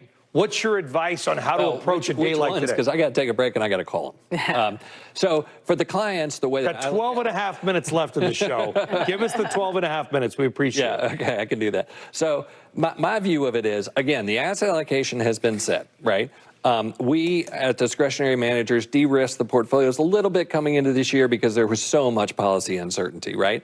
Then you get the downdraft in the market. The question is, what do you do with that? The way you make lemonade out of the lemons is you do a little tax trading, right? So if you've got positions that are down, you can sell them, you can harvest the losses, but you reposition in the same asset allocation as you had otherwise. And again, a lot of our clients are still generating capital, right? So cash builds up in a little bit of a reservoir. Yeah. The way that we've been telling them to deploy that capital is when we get to sentiment extremes, because this is a sentiment-driven market, not a fundamentals-driven market. So if the bullish sentiment on the AAI gets below 20%, we buy. We put some money to work, and we use those sentiment extremes as opportunities. And, this is a great snapback here, and Jim mentioned it. This is longs coming in. This is also shorts covering. To what degree, to what proportion, I don't really know. Is this over? It's not. It feels super good right now, but there's going to be more back and forth, and China's going to have something to say either subtly or publicly. So the volatility is here. We have to figure out ways to use it until we get to clarity. And Michelle, I'll call on your knowledge, not as someone who just got back from China, but also somebody who sat on this side of the desk for years. I want to make something very clear, too. We're talking about tax losses and stuff. The S&P 500 is up 90% in the last 5 years. It's been nice. I just want to point that out. Like, it's been a rough week. But if you bought a year ago, you're probably flat to down. But if you bought 5 years ago, you're still way up. I just want to make that point because it's easy to forget. Michelle, we've lived through a lot of these markets in turmoil specials. Yes. Right? And they're all very scary. But that's, I think, a guest we had on earlier this week, Peter Mallouk, made this point. This is why you get paid in the stock market, because there is risk. Things do go down. Oh, yeah, absolutely. All the time. Yeah. If you have been well diversified, you've actually done okay. If you're like 40% government bonds, you're probably breaking even right now. Exactly. I mean, if you were long NVIDIA and long the Mag 7, okay, you're feeling a lot of pain. But if you had discipline and you said, you know what, I'm never going to let one position get larger than 1 or 2% of my portfolio, and you were consistently trimming, even though it's painful to trim a winner, isn't it? It's just, you want to kill yourself, but you got to do it because I don't know. We're not allowed to own stocks, that's Michelle. Right, I am now. As you are now, but we're not. You get my point. I mean, we kind of are. I feel it much more viscerally now that I'm allowed to own a portfolio. It's fantastic, but someday. How has it? No, hold on, but it's important. How has that changed your thinking? We can't own stocks. Oh, I know. It's our family doesn't own stocks. It's almost more interesting. It's much more interesting. It's so much more. It's so much every single day. I have. By the way, I also help manage an endowment for a nonprofit, and you think about these things all the time 100%. As well, and how to balance, and then worrying about stocks and bonds went up together for decades. They can go down together at the same time. So diversification gets tricky when you're worried about those kind of things. Well, I think you're right, Brian, to zoom out a little bit. We are in the midst of a technological transformation. So even if, and I know what the models say, if there's a 10% tariff, then we subtract 0.4% off of GDP. If productivity growth is going to be 2% or so, and we hold labor force somewhat constant, you're starting at a 2% level. So even if we deduct, 0.5% for tariffs, I'm not saying that's the case, even if we do, there's still GDP growth there, and all of this productivity coming into companies makes them more profitable. So we expected profit margins to rise. Now, tariffs may offset some of that, but we are in a special period of time where technology is the really big story. This stuff is sad as it may sound, I think nibbling around the edges. I think we're in a very prosperous period of time. We don't need policy to run amok, but the base case is prosperity here. There's still a lot of confusion as well about these actual tariff rates. Dvorak, just as an example, that's more about the U.S. and Canada. Is it 10%? Is it 20%? It does depend exactly on who's in and who's out. But Dvorak, do you think there's something bigger going on here where the U.S. is trying to actually bring together a coalition of nations contra China? I think that was certainly the clearly articulated plan during the Biden administration. I thought it was the right approach. You've heard me say that on air many, many times. I think starting it this way, meaning you would target everyone and then back off and say, well, now we're going to target China, provides a lot of uncertainty and whiplash for our trading partners. And so I'm not sure that our trading partners over these next 90 days have been done any favors. They are now going to try and figure out how to hedge on both sides because I'm not sure they can trust the U.S. or the Chinese for that matter. So I don't think it's been made any easier on them in terms of negotiations. Think about Vietnam, for example. How do you close that back door? What's negotiable? What's not? And I think coming back to Michelle's point about China, it is very important to make clear to the Chinese what your goals are. That's the only way we're going to figure out whether or not these things are negotiable. Fentanyl and the precursors there, I think that's absolutely something that China can do more on, and it's negotiable. Trying to change China structurally, I don't think so. I just worry. So I'm going to get myself in trouble with this comment, Michelle. There's a point in a boy's life where maybe you have to get into a schoolyard fight, right?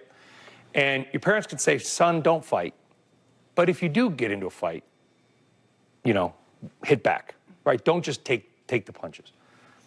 Xi Jinping has had a terrible life. If you look at his life history, he lived in a cave at one point. The guy's had a He went through the Cultural Revolution. He went through the cultural. His parents were ripped away, egged, and tomato. Yeah, he's. And I do worry that between these two gentlemen, President Trump and President Xi Jinping, neither one of them is going to be the guy that walks away. And if we get this schoolyard fight, you hit me, I hit you harder, I hit you, somebody picks up a chair. Where does this end? How does this, is any one of these gentlemen able to walk away from a fight? Yeah, so now you're asking about human nature, right? Yeah. Which is difficult. I would say the other side of that coin is you have two people who could actually talk to each other, right? This is there is the potential here. I think one of the things that I discovered over there is that they're confused about the lack of structure, and I don't mean disorganization. I mean more that, under the Biden administration, there's layers of people, there's teams set up to negotiate, there's all this stuff.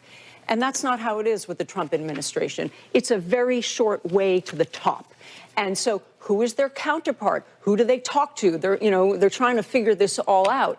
And this is something that I think is going to be negotiated at much higher levels than we would have seen traditionally in the past with, teams traveling here, there, and everywhere and lots of calls.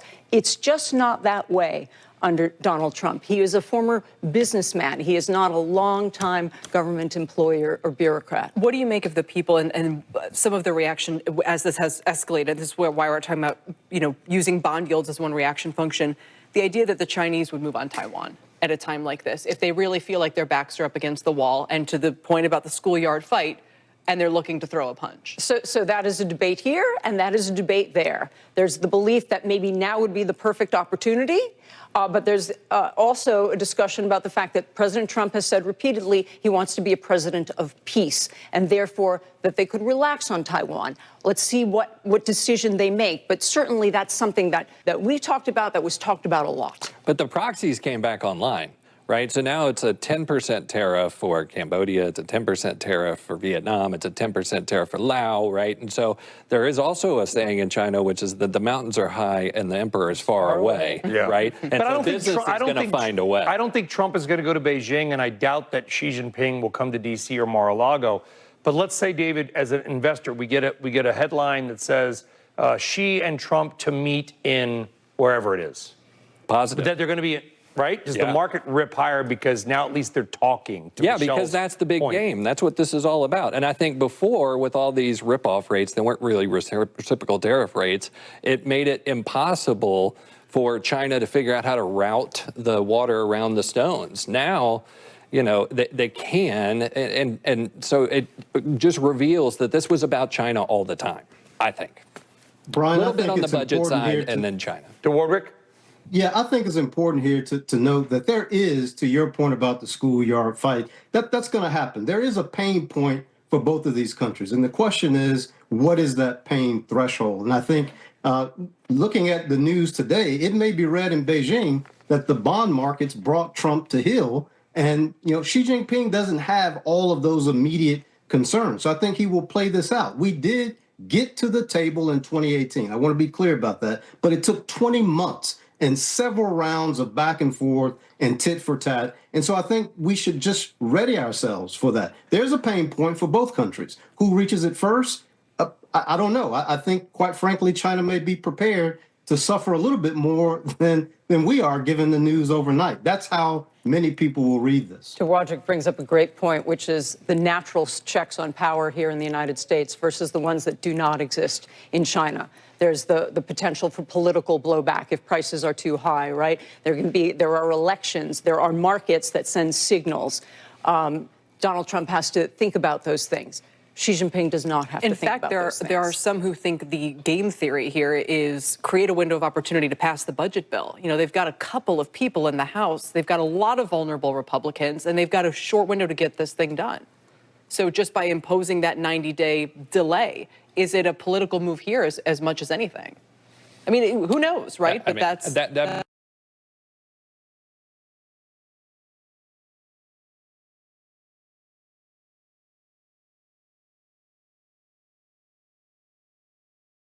You know, they've gone in the wrong direction. So there's internal debate within the And it was GOP. the other way around in the first administration. To your point about the differences, you know, that was done first. And I know Jim would disagree, but I think Scott Bessent won today. I agree. I do believe there was an internal fight.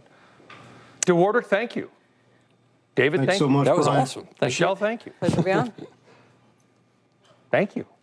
There's the Dow up 2,222 points with a nearly 10% pop in the NASDAQ today. Don't have days like this often. Closing bell starts now.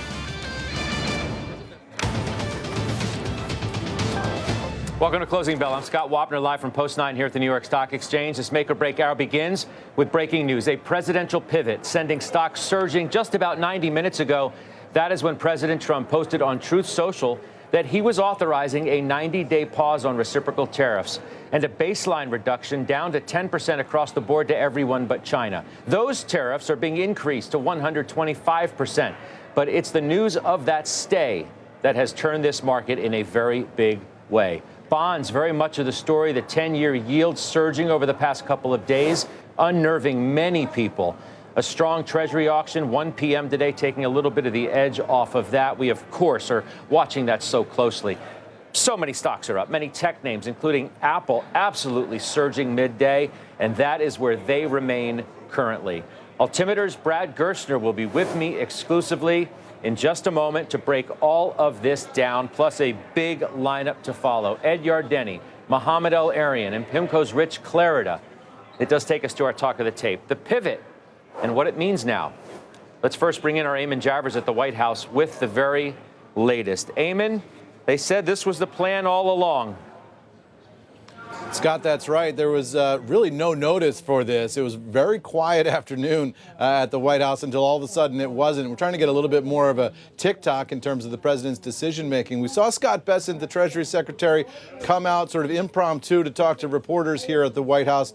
He said that he had a conversation with the president back on Sunday about strategy. Here's what what Scott Bessent said. He said, I had a conversation with the president on Sunday. This was his strategy going forward. But what I just heard from Caroline, there's the comment from Secretary Bessent. He said, and this was again driven by the president's strategy. He and I had a long talk on Sunday, and this was his strategy all along. So the implication I took from that, Scott, was that what Bessent was saying is that he and the president decided on Sunday that they would hold the tariffs through Wednesday and then pull them off in order to grant the market some relief. But I talked to Caroline Bessent, the White House press secretary. She says that's not the case. She said this decision was made very shortly before the president's Truth Social media post about this. So there was an Oval Office meeting. We don't know who exactly was in that Oval Office meeting. We do know it was high-level officials, and we know that in that meeting they made this decision, according to Caroline Levitt, and then that's when the president put out this social media post that rocked markets and rocked the world. So that's the state of play as of right now. The president is scheduled to have an event here. It was pre-scheduled with race car drivers. We expect to see him. Caroline Levitt says that he's very excited to talk about this to the world, and we expect that he might pause that race car event and talk to cameras a little bit about the decision that he just made. Okay. Eamon, thanks very much for the update. Any more, let us know, please. That's Eamon Javers, as you see there live at the White House for us. Now let's bring in Altimeter's Brad Gerstner, who joins us exclusively. It's so good to have you back with us after a couple days that we're digesting all of this. We all watch these markets. You were with us the other day in which you called this Trump tariff policy an unforced error, an own goal. Your reaction to this is what? Well, let's be very clear. What I described as an own goal is if we were going to ride the nuclear option that Peter Navarro was advocating over the waterfalls. Clearly, the VIX spiked to 60. We were having turmoil on the bond markets. And the president, credit where credit is due, he's negotiator in chief. He's landing the plane. He's the master of the deal, the art of the deal here. Just when people were throwing in the towel, he gives a 90-day reprieve. And he says, listen, set aside the reciprocal tariffs. We're going to 10% flat across the board. We have 75 countries we're now going to negotiate with. We're going to align the world around a policy that will isolate China and deal with a real trading problem. So, for me, this was a day where, Howard Lutnick, Bessent, Hassett, Elon, all of those who had aligned around a common sense, strategic, targeted tariff policy. They won. And those who were, trying to drive us back toward multi-trillion-dollar tariffs that was really going to try to unwind the entire global trading system, which is really where I think doctrinally Navarro is. They lost, and the president makes the decisions. And I think the decision that he made today was a critical one to the markets, made it a critical moment in time. He wasn't paying attention to the fact the stock market was down, but the bond market beginning to crack, the 10-year going up to 4 or 5 yesterday, I think really got the attention of the White House. We had an auction that was scheduled to go off today. I'm sure that was being watched very closely as well. But the most important point here is we now have a durable framework that risk takers and investors like Altimeter and CEOs can execute against, it can plan against. And that was the real danger. Yeah, but the damage has been done as well.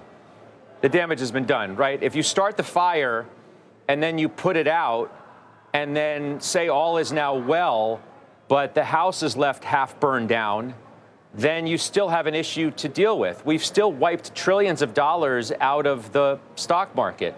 We still have left CEOs paralyzed because, let's be honest, I mean, it's not like 10% tariffs across the board for 90 days or a walk in the park when things are already unsettled and uncertain.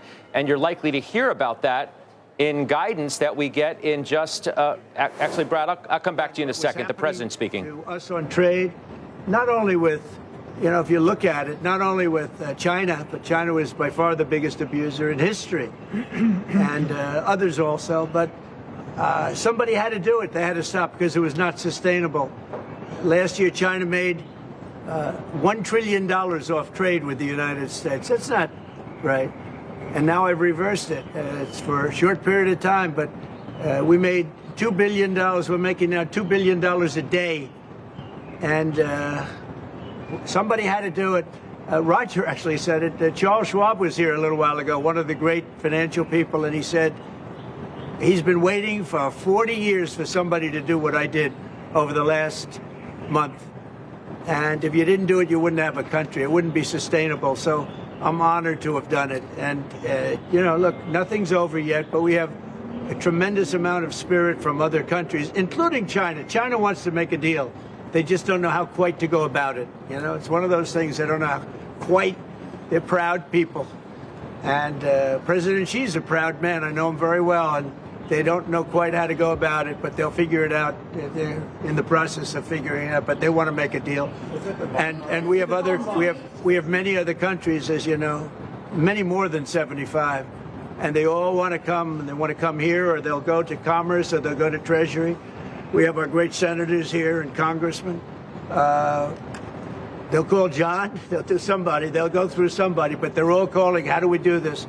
They all want to make a deal. Somebody had to do what we did, and I did a 90-day pause for the people that didn't retaliate, because I told them if you retaliate, we're going to double it. And that's what I did with China, because they did retaliate. So we'll see how it all works out. I think it's going to work out amazing. I think that our country is going to be at the end of a year or shorter, but I think we're going to have something that nobody would have dreamt possible. A man like Roger Penske, I don't want to get him in trouble with China, so I won't, but he would know that someday you have to cut the bow and you have to do what you have to do, right, Roger? And that's what I did, and I'm very happy to have done it. Mr. President, was there anyone the Prime Minister of Greece just told Breitbart's Matt Boyle that he thinks absolutely the European Union and the United States could work out a trade deal that's win-win and, quote, mutually beneficial to both sides. What do you think about the Prime Minister's comments, and do you think a deal could be struck with the European Union? First of all, I know him. He's a good man, and I appreciate his comments. Yeah, a deal could be made with every one of them. A deal's going to be made with China. A deal's going to be made with every one of them. And there'll be fair deals. I just want fair. They will be fair deals for everybody. But they weren't fair to the United States. They were sucking us dry, and you can't do that. We have $36 trillion of debt for a reason. We don't have it there for fun. They have it for a reason. And people took advantage of our country, and they ripped us off for decades. I've been thinking about this for decades. If you ever saw me on television, I was young like these guys. And it was a good old days, I'll tell you, Roger. But I was like these guys, young, and I was talking about it. Nothing changed, and nothing was done about it. Then I did it. In my first term, I did it, and did it well. We took in hundreds of billions of dollars from China and others, and I started the process, but then we had to fix up from the COVID mess caused by China. We had to fix up from that, and we did a good job of doing it. And when we handed back the reins after a rigged election, and when we handed back the reins, the stock market was higher than it was before COVID coming in. So, we did a great job, but we didn't have time to do the big thing, which we're doing now. And it's like a patient is sick, you have to do surgery. Patient is very, very sick. And Joe Biden handed us over a country that was in very serious trouble, economically and in every other way. They let China run away with things. They let other countries run away with things. And maybe worst of all, in a certain way, is what they did at the border. We had people pouring into our country by the millions. Many of them were murderers and drug lords and thieves and people from prisons from all over the world. And there were people from mental institutions, insane asylums. They were taking their mentally insane, and they were dumping them into our country. And I'll tell you, Tom Homan and Kristi Noem are doing a fantastic job in removing them. And now the courts, the Supreme Court just gave us numerous good rulings where we have to be able to get them out. You had other judges trying to take over the system. And think of it, they take over. They want these people coming back. Tren de Aragua from Venezuela, the Venezuela jails that cut off the fingers of a man in Colorado. They cut off his fingers because he called the police looking for help. They said, "Did you call the police?" He said, "Yes, I did." "Put your hand down," and they cut off the fingers. This is what they want to bring these people back now.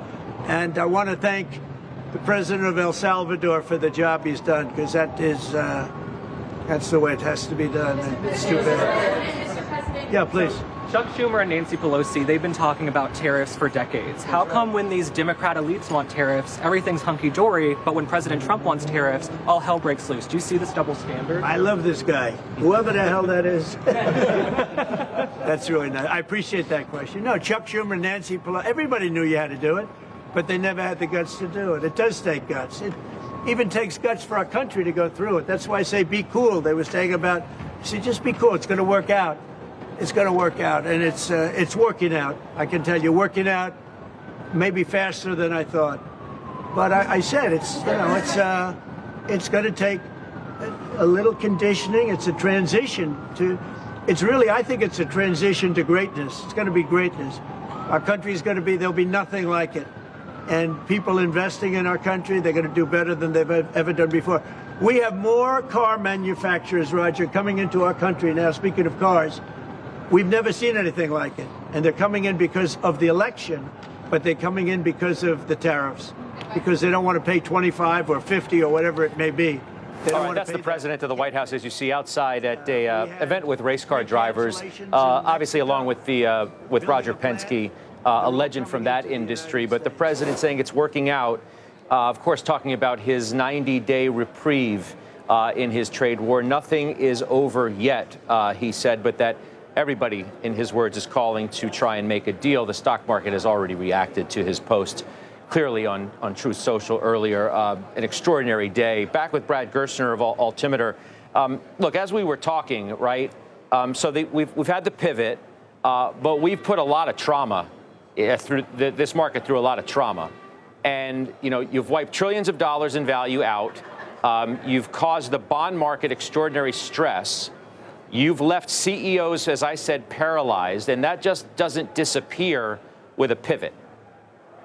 Yeah, I get, you know, Scott, remember, it was a week ago that we announced these tariffs. I know it feels like it was a couple of years ago at this point in time. So, yes, there's been maximum uncertainty. Yes, he was hearing from a lot of CEOs that this uncertainty was causing demand destruction. I'm not saying that all this change happens painlessly. But I've talked to 5 CEOs in the last hour, including some of the largest CEOs in technology, and they've all told me this was exactly the prescription they needed, you know, so that when they get on their quarterly calls now, they can actually, you know, give guidance as to what the path ahead looks like. You know, what wasn't working was them not having a flight path, not knowing whether or not we're going to have 50% tariffs, 70% tariffs, but knowing we're going to have 10% tariffs, that we're going to negotiate down from there with these other countries. That now gives a framework against which I think people can operate. And even Delta today, before these announcements were made, Scott, right, they gave their forecast. Their forecast clearly showed demand destruction, and the stock was up 10% even before the president came out and announced the 90-day reprieve. So I think that's evidence of the fact that the market was discounting well ahead of where all this was, that there was a lot of fear in the market. Listen, you have a 10% move in the NASDAQ since the president's tweet. That just goes to show you how much fear and how much discount there was already in the market. But most importantly, I think you nailed it, comes to the fundamentals. Are these companies going to be able to get back on path, right, and look back at this and say, okay, we had a 1-month delay in terms of our plan for the year. We ran the risk that if this continued for another 4, 6, 8 weeks, that we're going to find ourselves with one foot in recession. So I think today was essential. I think the president did what was needed to be done. And I think this will go a long way to helping us avoid, you know, the recession path. But as he said, we're a long way from out of the woods. So I think this is an important start, but there's a lot of work to be done. But I just want to underscore this one point with you, too, that you have spoken directly today with some large technology company CEOs, I'm assuming maybe some in the Mag 7, you can correct me otherwise, who now feel like they have at least a path towards visibility that they might not have had even 3 hours ago, and we may hear that reflected in coming earnings calls? Correct. I talked to the same CEOs last night. Listen, over the last 3 days, there's been a lot of concern. In particular, the concern centered around comments by Peter Navarro, where he said even if Vietnam reduced its tariffs to zero, that wasn't enough. We had to eliminate the $125 billion trade deficit, which, of course, everybody knows is impossible to do. So if that was the standard, if that was the framework, then we were in for a very long and destructive process here. So this was, again, the Bessent, the Howard camp within the White House leading the path forward, saying, no, this is about tariffs. This is about targeted, smart, and fair tariffs. The president just reiterated again, when you broke away there, that he's about making deals, fair deals. He said these will be fair deals. And in fact, he went on further to say he expects to get a deal done with China and for that to be a fair deal. That's exactly what CEOs needed to hear. I think if you look at how business is, I think Q1 was pretty reasonable for all these companies. And it was really only over the last 4 to 6 weeks, but accelerating after the announcements of the reciprocal tariffs last week, the uncertainty got injected into the market. We saw it reflected in the VIX. We saw it reflected in the bond market. And all of those things were having very negative consequences in terms of the demand coming into these businesses. My suspicion is that a lot of that is allayed as of today, and these CEOs are going to be in a lot better position, a lot more confident position when they get on these calls. Some of these stock moves, Brad, are just extraordinary, double take like moves, clearly. NVIDIA, for example, is up near 17%. You told me the other day that you were buying more on the most extreme weakness of that stock. For people who listen to you about these names, what are you doing today on this news? What would you advise people to do now with some of these largest stocks in this market? Yeah, I mean, listen, moves like this are debilitating, Scott, and I don't love this volatility. I know on Monday and Tuesday that Schwab and Robinhood, they were having record volumes because retail investors, folks like my siblings, my nieces and nephews back in Indiana, they get worried. They can't afford to lose 20 or 30% in their retirement accounts. So they do the worst thing, right? They're forced to sell on days like that because the fear is going through the roof. They got to prevent further losses. That's hugely unfortunate. So this is a Main Street problem when you have this level of volatility. But as I look at it today, I'll just throw out a framework. Go back to April 2nd and look at what the prices were of these companies on April 2nd before we had these announcements. And even with these massive moves today, most of these stocks and indexes are still trading below the level they were trading at on April 2nd. And I would argue that now we're in a much better position because we know the flight path forward. And so, yes, NVIDIA is our largest position. We bought a lot more on the bottom. But listen, we were nervous like everybody else in the market. This was a really important step forward, but we got to see follow through. I expect we will see follow through in terms of these negotiations. And I'm hopeful. And the big win here is that we get to the negotiating table with China, we get a deal done with China, we extend the tax cuts, and we continue down the path of DOGE and deregulation. If we get all these things, the market and the economy can look very different 5 or 6 months from now.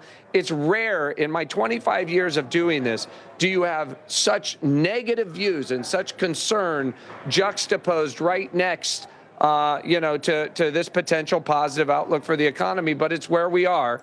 And the president, like you said, you can love or hate the tactics, but he's the negotiator in chief. And today is an important day in terms of setting us on a path that I think is durable for the economy. We'll leave it there. I so much appreciate you coming on. Certainly you came on in the depths of it the other day, and to come out now and react in real time, I can't thank you enough for doing that for us and our viewers. Brad, thanks. We'll talk to you soon. Good to be here, Scott. Good to see you. All right, that's Altimeter's Brad Gerstner exclusively with us, reacting in real time to what all of us are looking at. Just an extraordinary day in the market. The NASDAQ is now up 11%. 11%. That's the highs of the session, and many of the names within it have just had an afternoon, to say the least. Let's bring in our senior economics reporter, Steve Leisman, with more as well.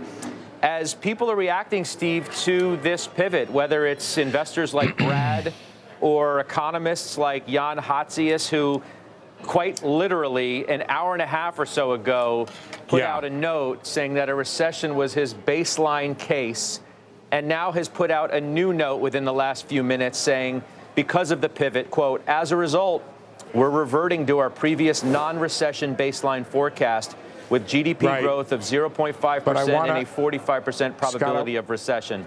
I want to read you what Jan told me. I got on the phone with him to confirm the call, and what he said was, we've gone from recession level increase to a still very growth negative increase in the tariff rate. So what I'm hearing here, there still very well might be a recession, given there's a lot of uncertainty out there. And there are still big tariffs, but they're just not as big as they were. It kind of picks up on what Brad was saying. 10% could be the negotiating rate down from there. But let's be clear where we're at. We started off at like 2.5% tariff rates. We went to 30%, and now, according to Libby Cantrell, we're now at 20% tariff rates. Goldman says it's more like 15. We'll debate over that. We still have very large tariff rates. There's still big negatives being forecast because of these tariffs, and big increases, at least a percentage point around that, for inflation. So the tariffs didn't go away. They're still there. They're still very high. It's just, as the market is now pricing in, not as bad as they were. Well, I mean, you know, look, you could say, however you believe DEFCON is, 1 being the worst or 5 being the worst. We've gone from the worst to off of that for the time being, as it relates to almost everything. Right. And we can at least think that, well, as Brad said from his direct conversations with CEOs, if anything, CEOs can feel like they maybe have a little more visibility for the time being, that they don't necessarily have to plan now for the very worst outcome, if we take things at face value for where they stand at the moment we're having this conversation. Yeah, I don't disagree with that at all. There's a little bit more certainty there. There's still a 90 days we could come back. Unclear what the criteria will be. I think, I don't know if it's a leap by Brad, or maybe he has some inside information that the 10% across the board tariff is negotiable. Phil LeBeau also pointing out we still have large tariffs on the autos, so I don't know how they may or may not have moved. The other thing is, you did have a little bit of relief in the Treasury market. That's good news, although rates are still elevated. So I don't want to take the shine off of what you're saying, Scott. We have come down a notch or two, perhaps, in the DEFCON scale, whatever it may be. I think DEFCON 1 is the high one. But in any event, it's not all the way back down. And if you put up a chart that goes back to last Wednesday, you'll still see we're down relative to that. And now I think there's a fascinating debate. Do we capture that again? And whether or not, I think you alluded to this earlier, is there any permanent damage inside the plumbing of the economy or the plumbing of the financial system? We had not heard of it, but there still was concern up to this. Maybe now it's all relief and it's all fine. Let's hope so. Sigh of relief inside the Fed this afternoon, Steve? I think so. Look, what Powell said very forcefully, Scott, on Friday was these tariffs were much larger than we thought. That means the economic effects will be much larger. But I don't know now if he would say they're just large. That's a really interesting question that I think we have to ask. Remember, we still have probably an operative tariff rate in this country of 20%, one of the highest in the developed world. And there's still a lot of pricing to be done. Maybe your upcoming guests can understand this. What does it mean? Well, we went down 10% in the effective tariff rate to still a very high rate. So there's still a lot of calculations to be done about which companies have losses where.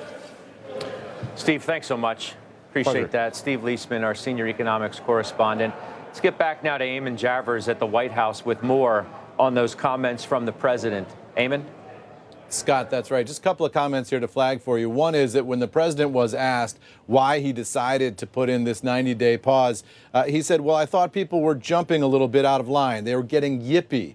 You know, they were getting a little bit yippy, a little bit afraid. So the president, presumably they're talking about financial markets. He also said he was watching the bond market last night. He said people were getting a little bit queasy in the bond market last night, but he said that today the bond market looks to him beautiful. And also the president was talking about some of the people he was watching on television, including Jamie Dimon of JP Morgan. The president said he watched Jamie Dimon's interview on television this morning. And, we saw Jamie Dimon saying that the likelihood of a recession was now increasing. That comment clearly resonated with the president, who said that he views Jamie Dimon as somebody who's worth listening to on Wall Street. So there was this debate about, whether Wall Street CEOs could even reach this president and make their point to him. And it turns out that one of the ways to reach the president is by going on TV and talking through the television to him. Scott? Eamon, thanks. I think anybody who's played bad golf like me knows what yippee means. That's right. Certainly knows what yippee means. When you just can't make a putt because you're just not straight. Eamon, thank you. Thank you very much for that update. That's Eamon Javers. Let's bring in Ed Yardeni of Yardeni Research. It's good to have you here. Thank you. Bond market do this? Absolutely. I think the bond vigilantes got the president's attention, as Eamon just said. The president was watching what was going on in the bond market. I think we were about to have a credit event, and that's a sure way to create a recession. So everything kind of fits together. In the past, it was usually tight monetary policy that caused the credit event that caused the recession. This time around, it was tariff policy that was threatening a recession, and the bond market was anticipating a real crisis. What now? Well, I think that, we still have obviously a tariff issue, and it looks like there's a lot of confusion whether the 10% is negotiable or not. I mean, a 10% tariff, if it's not negotiable, is still about $300 billion. That's still a very big tax increase that'll probably mostly hit American companies and American consumers, and so that is an issue. But I raised my odds of a stagflation recession scenario to 45%. I was thinking about taking it higher. Glad you waited. But I waited. I did think that the financial markets would have an influence on the president. I've been talking not only about the bond vigilantes, but the stock vigilantes. The silly notion that the rich own all the stocks, so it doesn't really matter if the stock market's down. It's ridiculous because there's a lot of people with 401ks. There's a lot of people that are involved in the market, even if it's small shares. It matters a great deal to them. I was hearing a lot of people that I went and got a haircut the other day, and everybody was talking about how much money they just lost last week. So I think that this is a positive development for the economy. Did we get a bridge too far in terms of some of the damage that's already been done? Mm-hmm. And is that yet to show its face within this market? Certainly earnings remain the greatest unknown that we could talk about. I think it could have been a lot more damage if it went on a few more weeks, a few more months. But I think the fact that it got nipped in the bud so quickly is important. And I think Brad made a very good point here. So I was really dreading the idea of going into an earnings season and having managements have to say, we don't know what this is going to do to our business. Now they don't have to say that. Well, they probably will still say that. Yeah, with regards to China, for example. Yeah, I think the issue with China is clearly not over, and that's a big deal.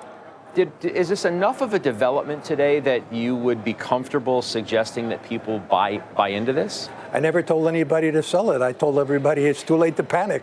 And I feel pretty comfortable with that. And I thought there would be buying opportunities. But, you have to be a mind reader. You have to read the mind of the president. Because clearly this has all been initiated by the president. Depends on what he's watched on TV. And, he listens to his advisor. At the end of the day, he says, you know what, this is what we're going to do.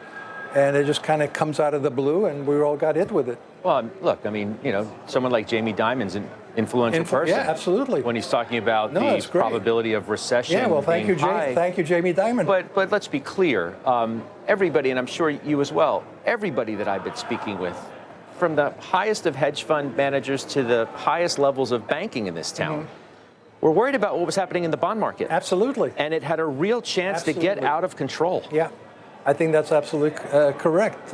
We could have had a credit crisis and a credit crunch, and I think this reduces that likelihood. It's not impossible that something bad will still happen. But we're hearing about a lot of small businesses were really about to get annihilated because they are so dependent on trade, on what they import. Are you still unnerved at all about the backing up of yields? How much do we need that? Let's just say, you take this issue off the boil, the so-called basis trades and all that stuff that got talked about a lot on our network today. Let's say the unwind there is, if not fully finished, close to it. Do we need yields to come back down by a significant level to make you feel more comfortable? Well, it would help the mortgage market. It would help the housing industry. But we've been thinking that the bond yield is kind of back to normal where it was before the great financial crisis. We've been thinking the 10-year should, in fact, be trading at 4.5%, plus minus 25 basis points. We did blink and we lowered that a bit to 3.75% to 4.25%. But no, I think the economy is resilient. I think it's proven over the past 3 years its resilience to tightening of monetary policy. I think we're going to be surprised. I think we're going to have a surge in auto sales as people try to beat the tariffs on autos. As Steve said, we're not out of the woods on the inflationary consequences of tariffs. We're going to have higher auto prices if Trump doesn't change his mind on that. One of the things that left investors so flummoxed was the typical safe havens haven't been safe. Right. Bonds, the dollar, to some respect, even munis. Munis coming off their worst day in 31 years. Even gold went down a couple of days there. Yeah. Do we return to safe haven status for the kind of asset classes that we've always believed were? Yeah, I agree with your concern that we may have already done a great deal of damage, but it was only been a week or so. I mean, it's been since Liberation Day, April 2nd. And to the extent that everybody can kind of breathe a little easier, I think that's a good thing. And I think, the treasuries are still safe haven. All right. Ed, thanks so much for being with us. Thank you. Helping us understand these developments and what it all means in the big picture. That's Ed Yardeni joining us here once again at Post 9. Now let's bring in Richard Clarida. He's PIMCO Global Advisor, the former Federal Reserve Vice Chairman. What a day to have you as well. I appreciate you being with us.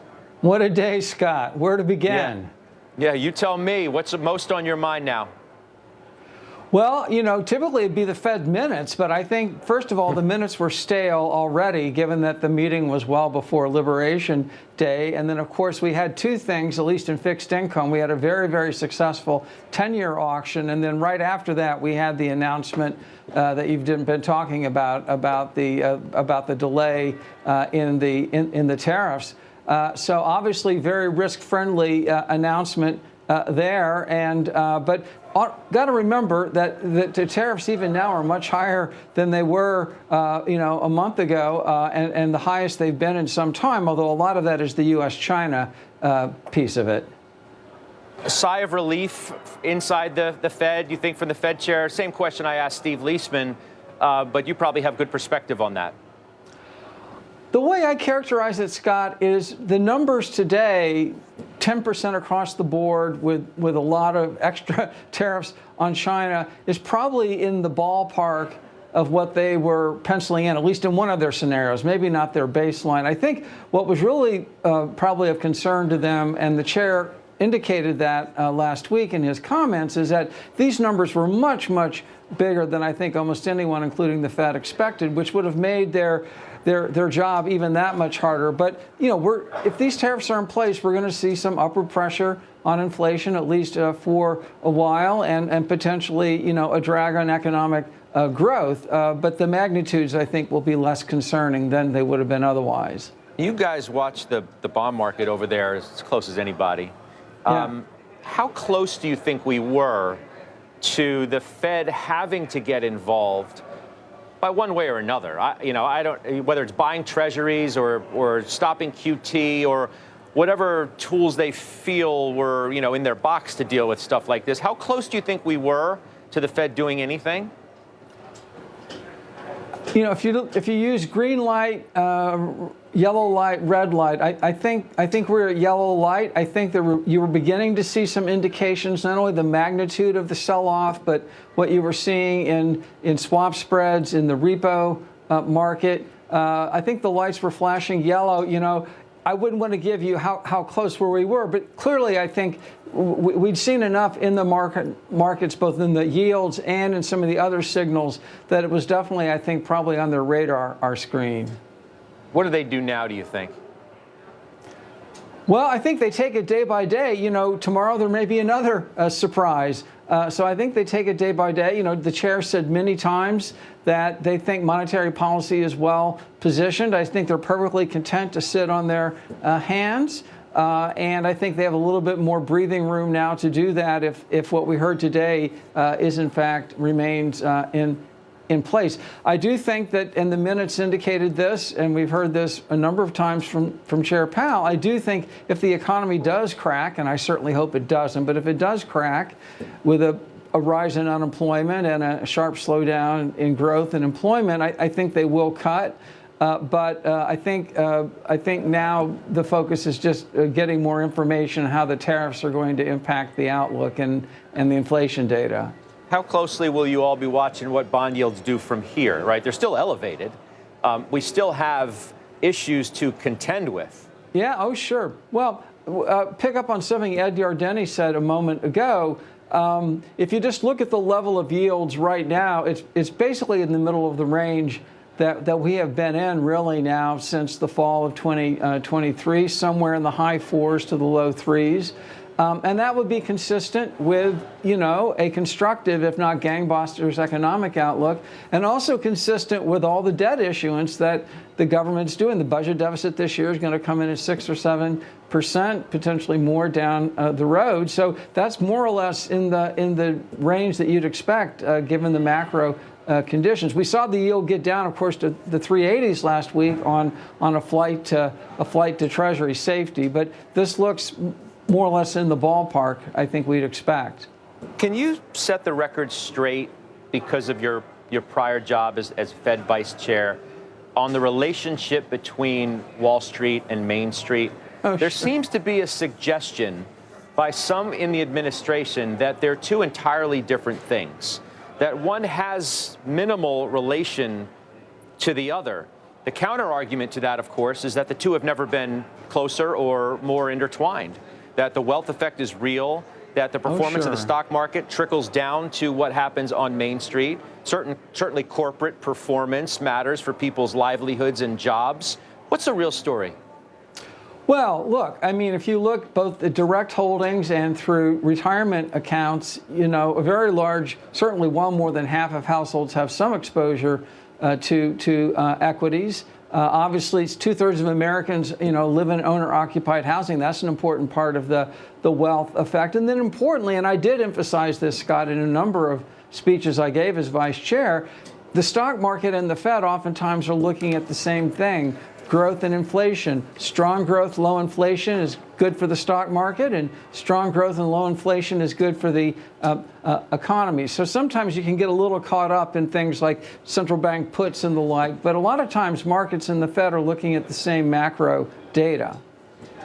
Well, I mean, you agree, it sounds like, that the performance of the stock market directly has an impact and a trickle down, so to speak, on Main Street. There's no doubt in the empirical data, and this was established decades ago, there is a wealth effect in the U.S. consumption data. Now, measuring it precisely can be challenging. You know, estimates are anywhere from 2 or 3% up to 10% of a change in wealth eventually flows into consumption. So, no, there's absolutely no doubt about that in the data.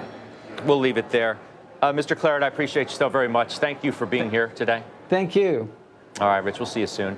For more on today's rally and President Trump's tariff pivot, let's now bring in Mohamed El-Erian from Allianz. Good to see you as well. Thank you, Scott. Your reaction? Like you said, it's an important pivot. The question is, how long is this pivot and how much of a reversal is it? I think of it as this was a necessary step to calm markets, but it will not prove sufficient unless we go further in the reversal. To what degree? Look, we came very close today to the line that separates wild market movements in the bond market to market dysfunction.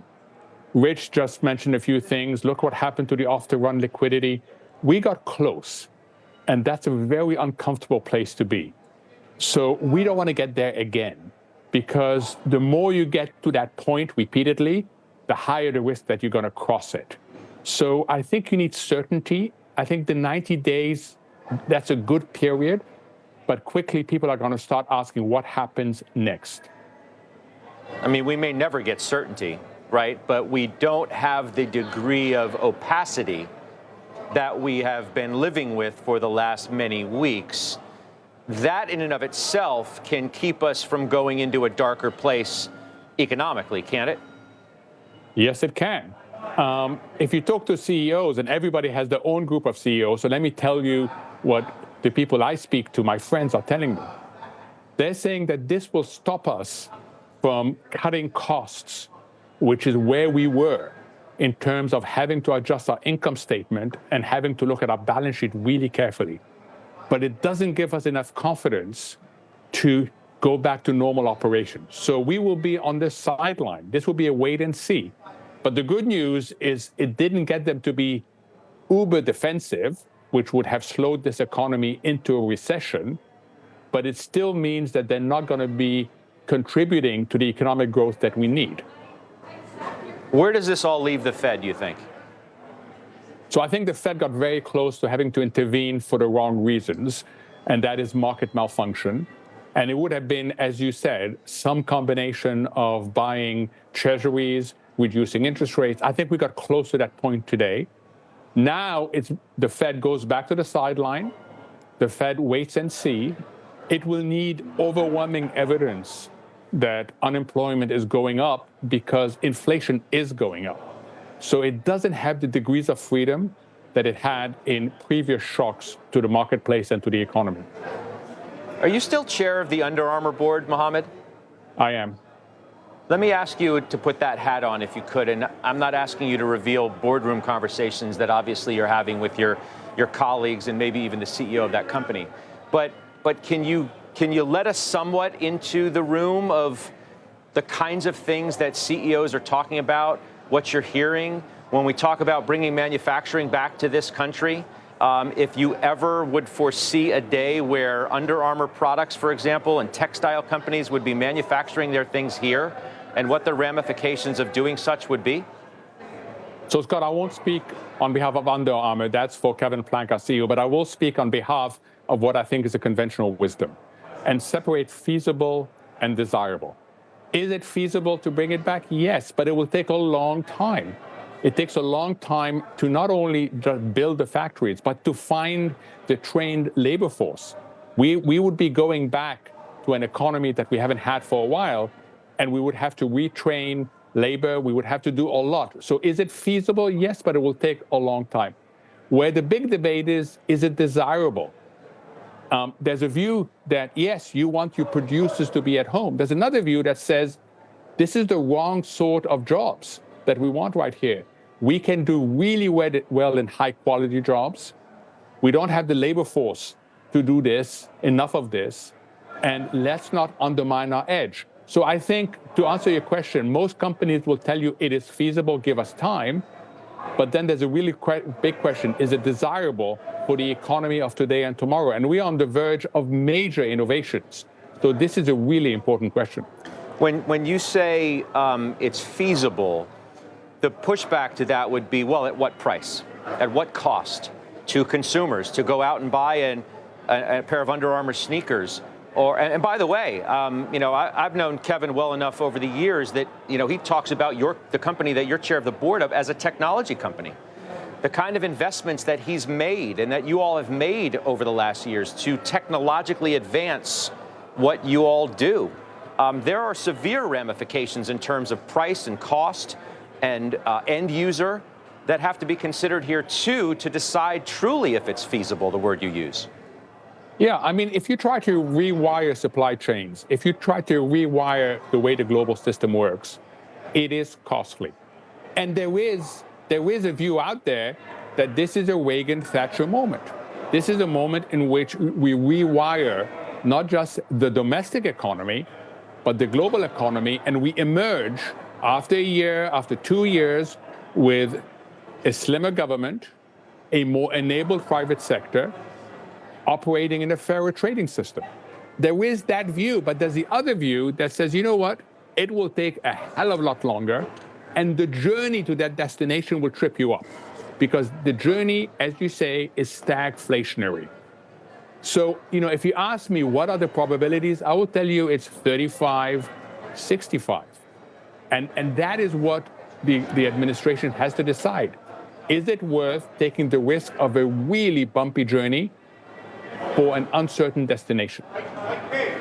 I really appreciate your insight, especially on this topic. Mohammed, thanks so much. We'll talk to you soon.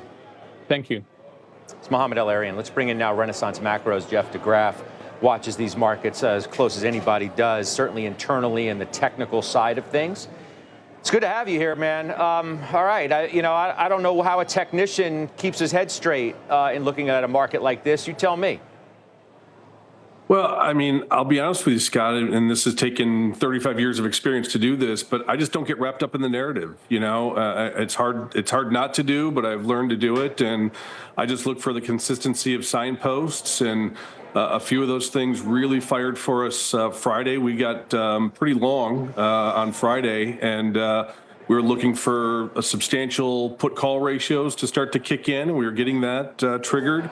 We started seeing what we call negative volatility alerts, which are these standard deviation moves. We had over 50% of the constituents in the S&P there. And that to us is the making of, it's scary for sure, but that's pretty consistent with points where you kind of get to that max stress. And so we had beta, and I think this is probably the most important thing. And we warned clients late last week and early this week that beta in our ranking was in the 0th percentile. In other words, you hadn't seen returns this bad for beta ever in the history of our data.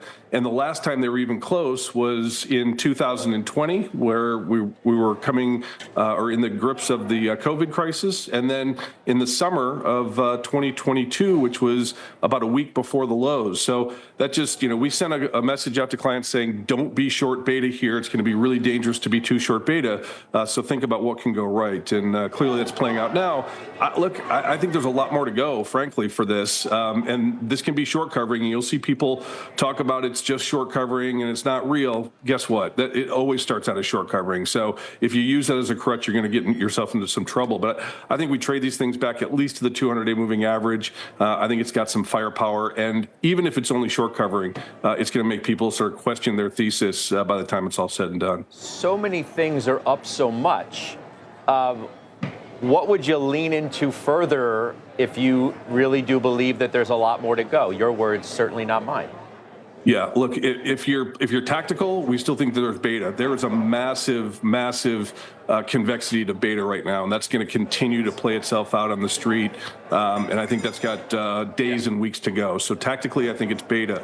If you're looking for trends, and these are global, if you're looking for trends that got oversold but didn't crack the trends, believe it or not, with all this stress in the bond market, all the stress in equities, financials actually have held their own very, very well. So banks, international banks, all those look really, really good and still in long-term bullish uptrends. So if you're more structural, if you're thinking about now to the end of the year, I think financials. If you're thinking now to the end of the month to end of the quarter, I think beta.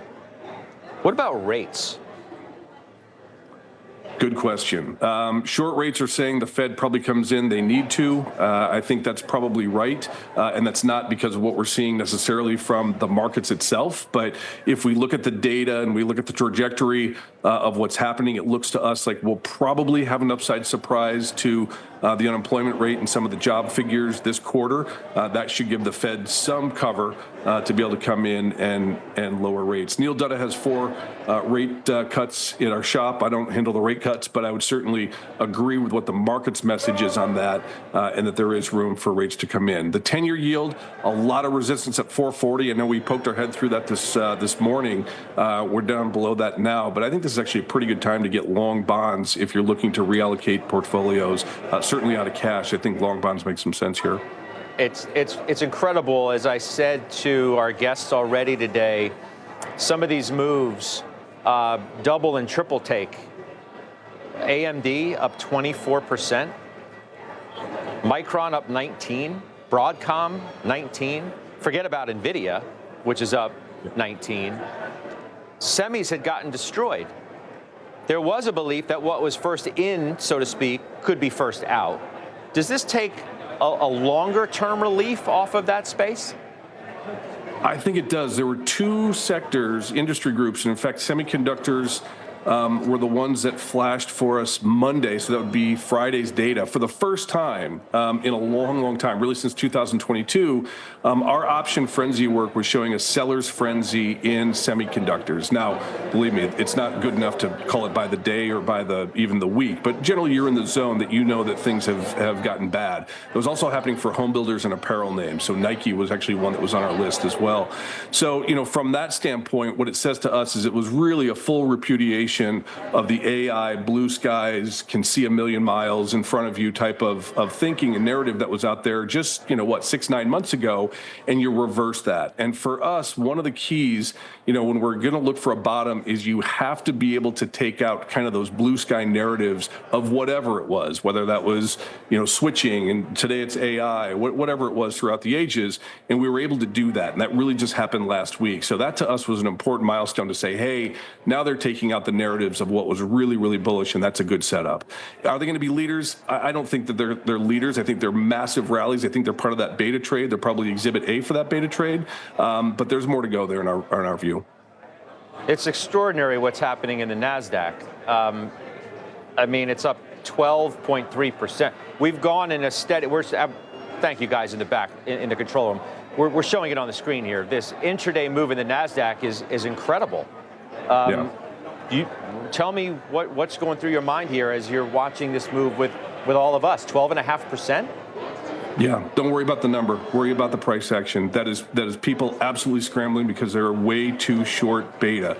And it's a gamma trade, it's a convexity trade. All that's taking place, and it's going to continue to take place, I think, probably for the next at least 2 weeks. I think it's good news, not bad news. Now we'll get to some resistance levels, and I think we have done damage to the trend. So I think there is still that we have to worry about in the near term. Between now and when you have me on next, we don't have to worry about it. This is the second biggest percentage move ever for the NASDAQ. I'll try and confirm that, but from what I'm looking at right now, that's what it shows. And we'll see as things go into the close whether it in fact does become biggest. Jeff, thanks so much. We'll talk to you soon. Thank you. You bet. Jeff DeGraff. We're in the market zone now, of course. CNBC senior markets commentator Mike Santoli is here to break down these crucial moments of the trading day. Wow. Yeah. Wow. Part of it is a lesson in kind of the physics of the market, the equal and opposite reactions. Jeff was just detailing a lot of it. I've been talking for days about sort of how historically washed out, oversold, the amount of liquidation that went on Friday, Monday, generally are the preconditions for something wild to the upside, almost like close your eyes and buy, or at least in the vicinity of that. So the magnitude of today's response, I think, owes everything to that. People were forced out, now they're forced back in. The other piece of it is, you mentioned the NASDAQ, we've never had a market where mega caps can fly and crash the way they do these days because of how they're traded. And so the S&P 500 is up 2 full percentage points more than its equal weighted version right now. So it is just this stampede into the same stuff that let us down, and that's now insulated the market just on a pure kind of read the tape basis from any idea that this is either a one-day fluke or just kind of, now it could be a dead cat. My point is the volume's so heavy, 97% of the volume to the upside at this magnitude of gains, it's at least going to make you say, fine. We've ratified that we have a short-term low. Now it's work from there to figure out where it can go. It's just unbelievable that, we've literally had in what anybody would consider to be a good year for returns in a day. Yeah, no, exactly. The S&P 500's up almost 10%. The NASDAQ 12.6, as we said. The Russell almost 9. And the Russell, you talk about something that needed some relief. Well, it was basically broken down this morning. It had gone down below its 2018 high this morning before bouncing. So the next steps, I do think, are, look, we're going to sober up a little bit. We're going to figure out what actually has changed relative to what we thought a week ago. The S&P 500 on the day that the president announced the reciprocal tariffs closed at 5670. It's still 200 points above where we are right now after an almost 10% pop. So it shows you just how we basically fell out of that old range all at once, very deeply. And so that's part of the explanation for what's happening here. Obviously, the bond market behaving a little bit better, and maybe the market also pulling out of all this an implied suggestion or signal that the administration will buckle when the market eventually sees enough pain. I mentioned this morning, the old line that markets panic till policymakers panic. You kind of got that to the point even, where the president conceded that he was watching the market. So I don't think you could live off of that. You know what I mean? You still got to say, at a 10% global tariff, there's a $300 billion tax hike that just hit this economy. Right? I mean, that's what happened mathematically. So you still don't know what it's going to mean for growth, what earnings season is going to look like. It really just wipes away the worst case tail scenario away. Sure, but let's also remember and recall what happened on April 2nd, the president's so-called Liberation Day. Initially, the market thought it was 10% across the board, and stocks went up. There was going to be... Or even 15. Yeah, you're right. There was going to be a significant rally that, it's not as bad as we thought. Right. So if we're going back to the baseline of, it's not as bad as we thought, obviously China remains a significant wild card in that. At least the market can get through the psychology and get it in its head that, this is more of what we initially planned for, so we can be and deal, and we'll figure it out. Yes, that's absolutely the hope. And by the way, we don't even know if the first Twitch rally on that headline that it was going to be 10 or 15% would have stuck.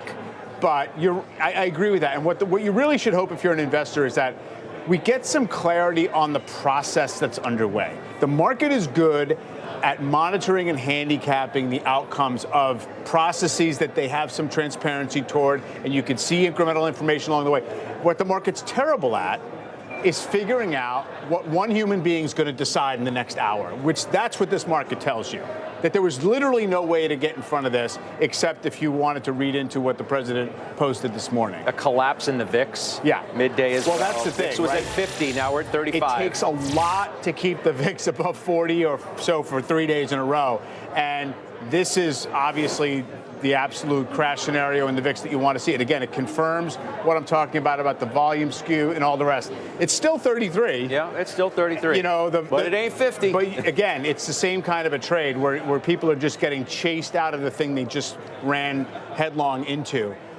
So all that stuff, it's good. We're going to have an interesting time looking at all of the trading dynamics and where that brings us. Because all it looks like is it sort of brought us back from the brink of something that was going to be pretty scary to just a scenario that is maybe nuanced, a little bit ambiguous, maybe not as great as we thought a month ago, but a whole lot better than we thought it was going to be 2 days ago. Yeah, and 2 days from now, of course, we'll be talking about bank earnings. And they are getting significant. Yes, exactly. Let's just get back to the normal stuff. Yeah, I really do think that the market wants that. One thing that earnings season usually brings is that stocks move on their own as opposed to just in one big school of fish, the way it does with its macro influence. And that's another thing that's going to allow volatility to come in if we manage to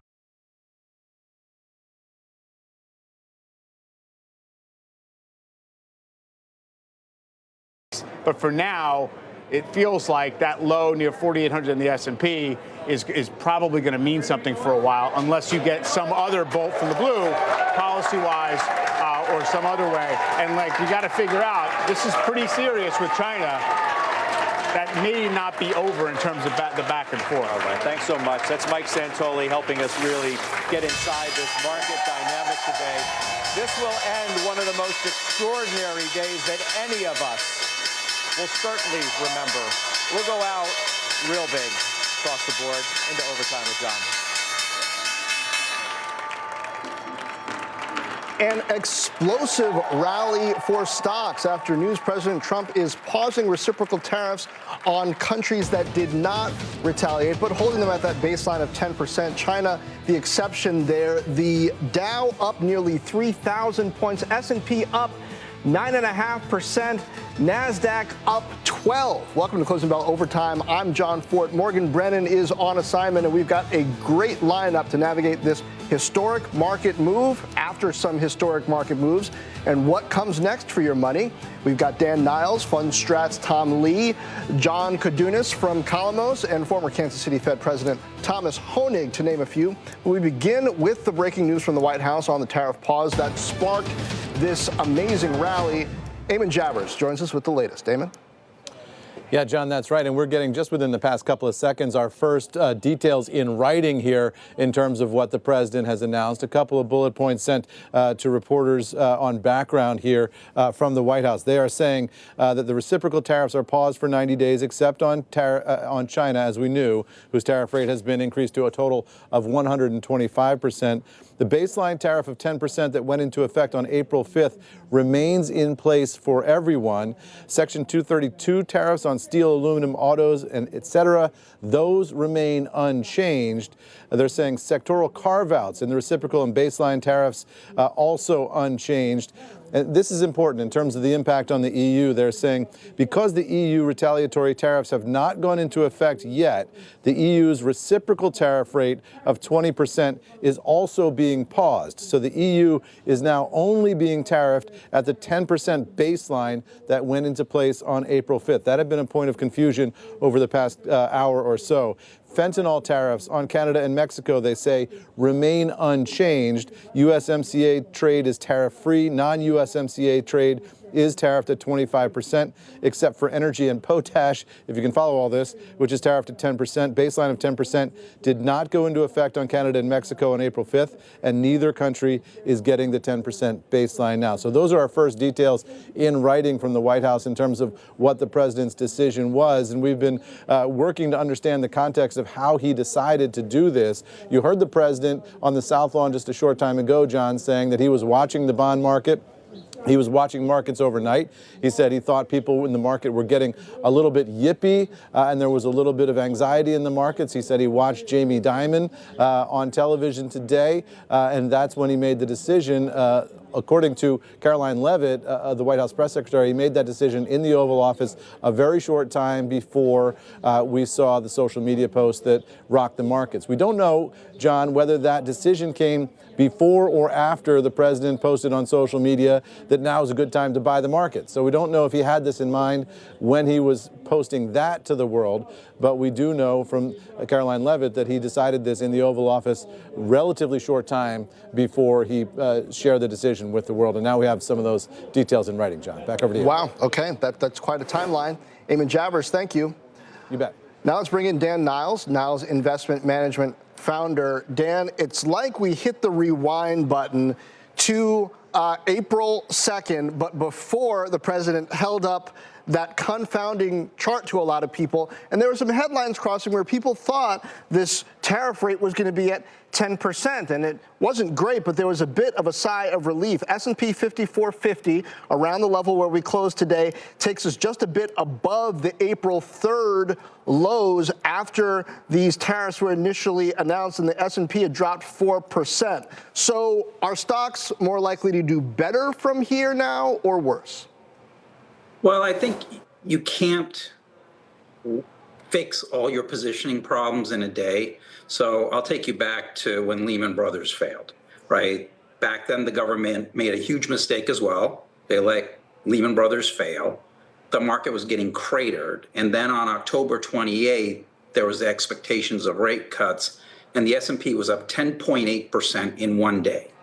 It then gained another 6.9% over the next 5 trading days, before, of course, falling 25% to November 8th. So to some degree, this is like that, where you have a policy mistake, the market gets cratered, people figure it out, they've done it wrong, they fix it, it rallies. I think probably the two things I'm looking at is the S&P was near 5,700, I believe, before he held up that chart.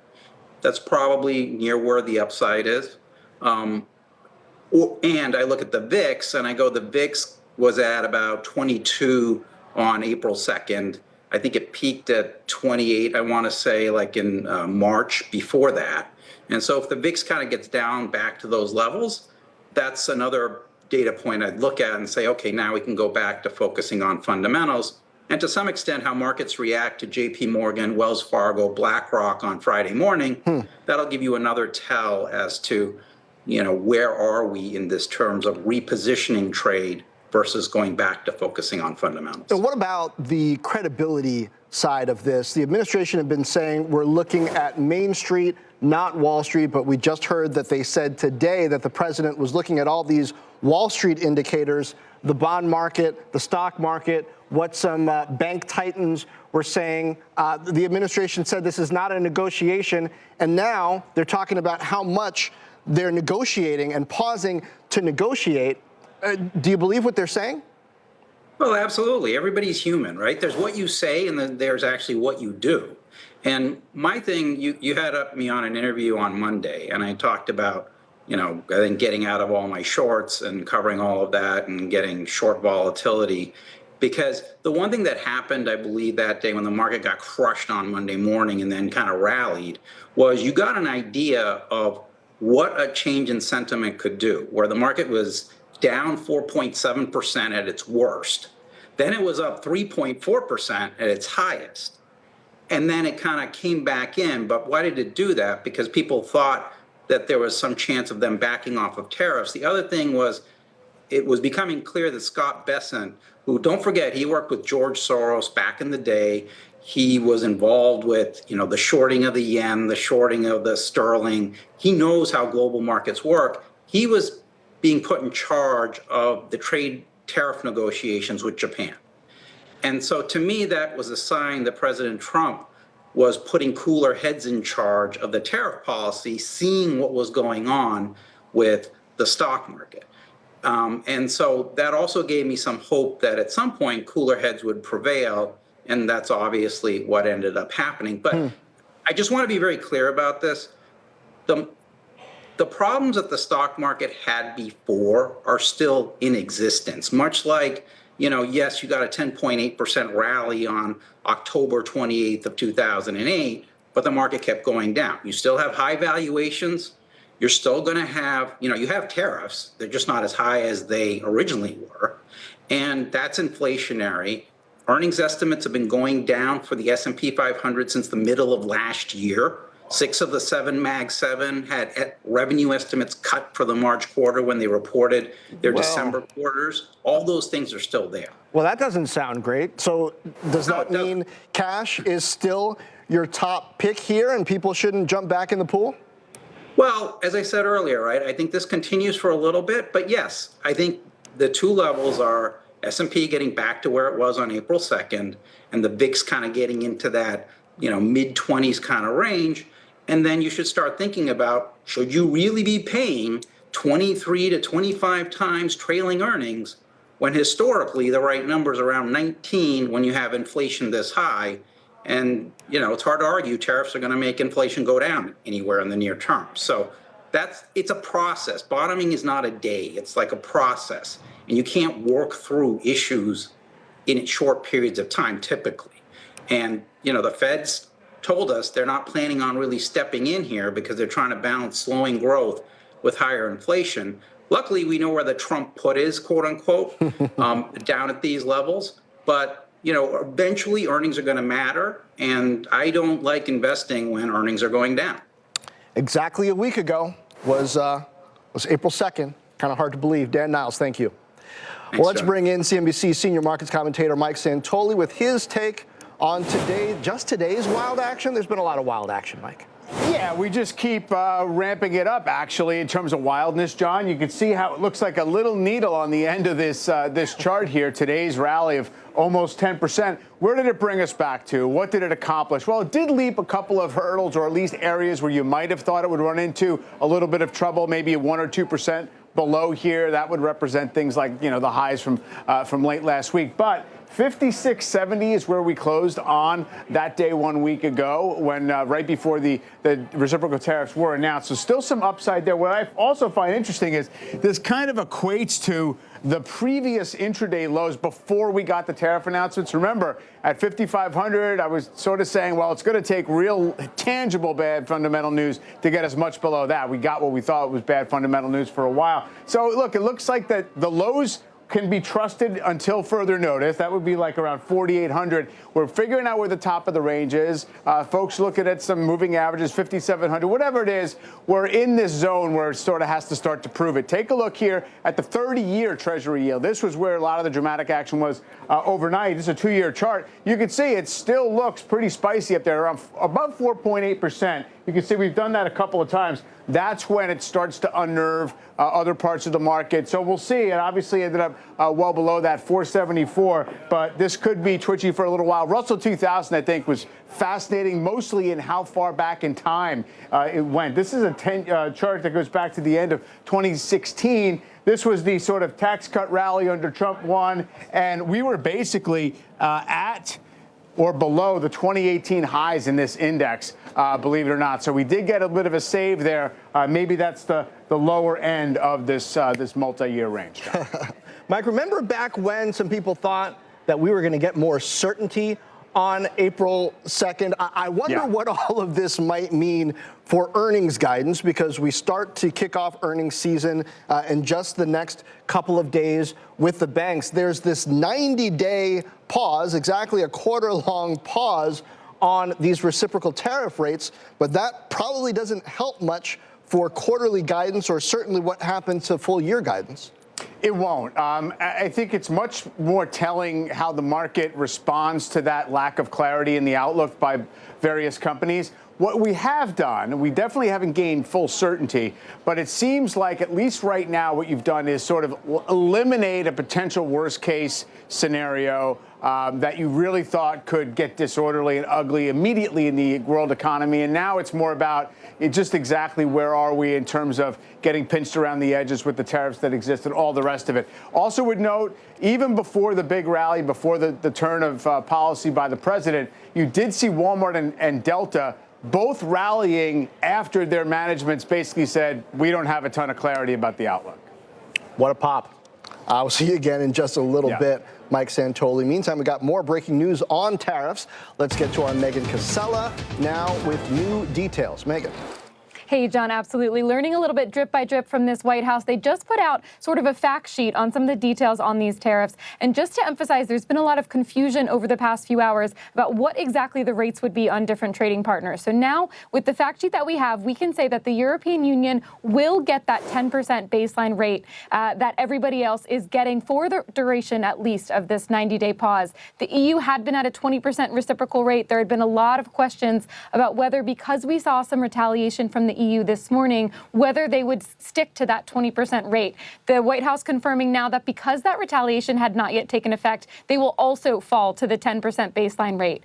Then we get to Canada and Mexico, and the White House official saying now that both of those countries will stay as is. So that means they get a 25% tariff rate. That's the one that's been in effect already over the fentanyl concerns. And the White House says now that USMCA goods will continue to remain exempt from any tariffs. And John, I'll just say we've been asking a lot of questions over the past couple of hours about Canada and Mexico specifically. And for the last 2 hours, no one could say exactly what the rate would be.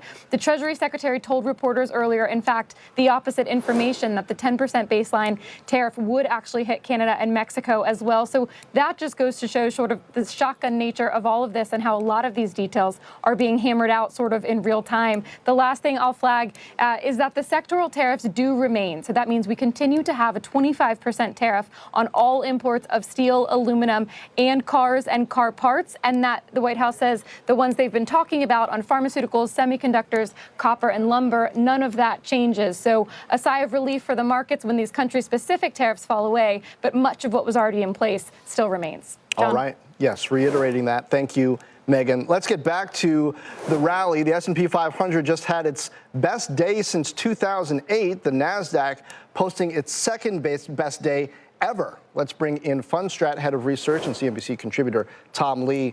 Tom, were you getting nervous here with what the market was doing? I know you expected things to go a lot better for the major indices this year. Yeah, John, I was getting very nervous. I think the biggest sign was I was going to bed every night, checking futures, reading everything, and wondering if the market would open limit down. So I was getting very nervous. But of course, now this is a really big positive fundamental development.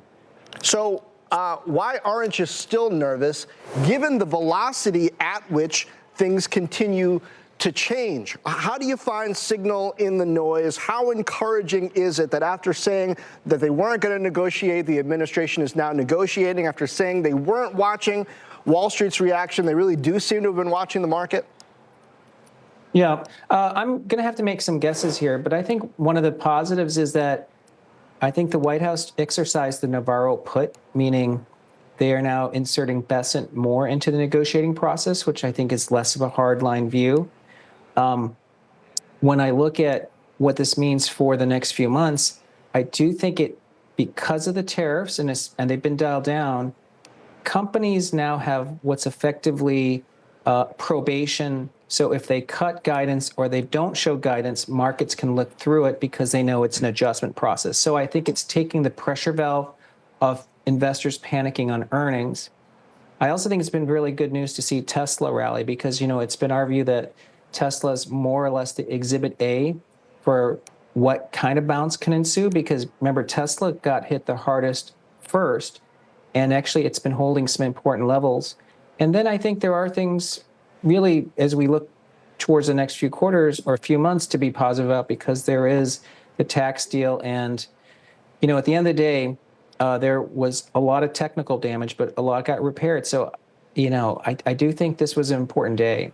Apple popped 15% today to close just below 200 a share, but we still got those 125% tariffs on China, which is going to have an impact on Apple, but not just Apple, on a lot of companies. How do you factor that in as an investor now? Well, yeah, the pressure valve has been released for basically the other 102 countries. In China, the pressure is intense. Obviously, these are ludicrous and absurd tariff rates that each country's imposed on each other. So I do think yesterday investors would have worried that these were permanent rates that were going to essentially lead to Apple's cash flows being choked off. Now I think investors realize there is time because it's a negotiating tactic. I think it's going to be a change in how markets interpret this, even though it is doing damage to companies. So given that, where are you putting, how are you shifting, if at all, your money? Based on what you've seen before, is your strategy changing? Well, before markets fell out of bed last week, our take was post-tariff liberation day, we'd want to stick with what we thought would work at this year, which is the financials, the industrials, and small caps. Those all got massacred. But now that we may actually have seen what could be, a bottom and possibly a V bottom, I think those are also going to lead. But, the Mag 7, because they fell first, and as I said, Tesla is exhibit A, I do think people need to actually have the Mag 7 in that mix as well. Yeah, this was so quick, it's not even a V. It's like a needle bottom. It's a Dongxing. Oh, wow. Yeah. Quite a thing to see. Tom Lee, thank you. Thank you. Well, let's talk more about the playbook during this volatility. Joining me now is John Kodunis. He is the CEO of global investment firm Calamos. John, thank you. What are you doing in this volatility? How are you weathering it? Well, it hasn't been easy. Obviously, it's been a very interesting ride, and we weren't that nervous, or I wasn't that nervous till last night when the bonds were, yields were going up, especially in the 10-year, which sort of counterintuitive. And when investigating why that was happening, it let me a little bit more at ease. It wasn't just China selling; it was mostly hedge funds rewinding, their swaps. So that was the biggest part of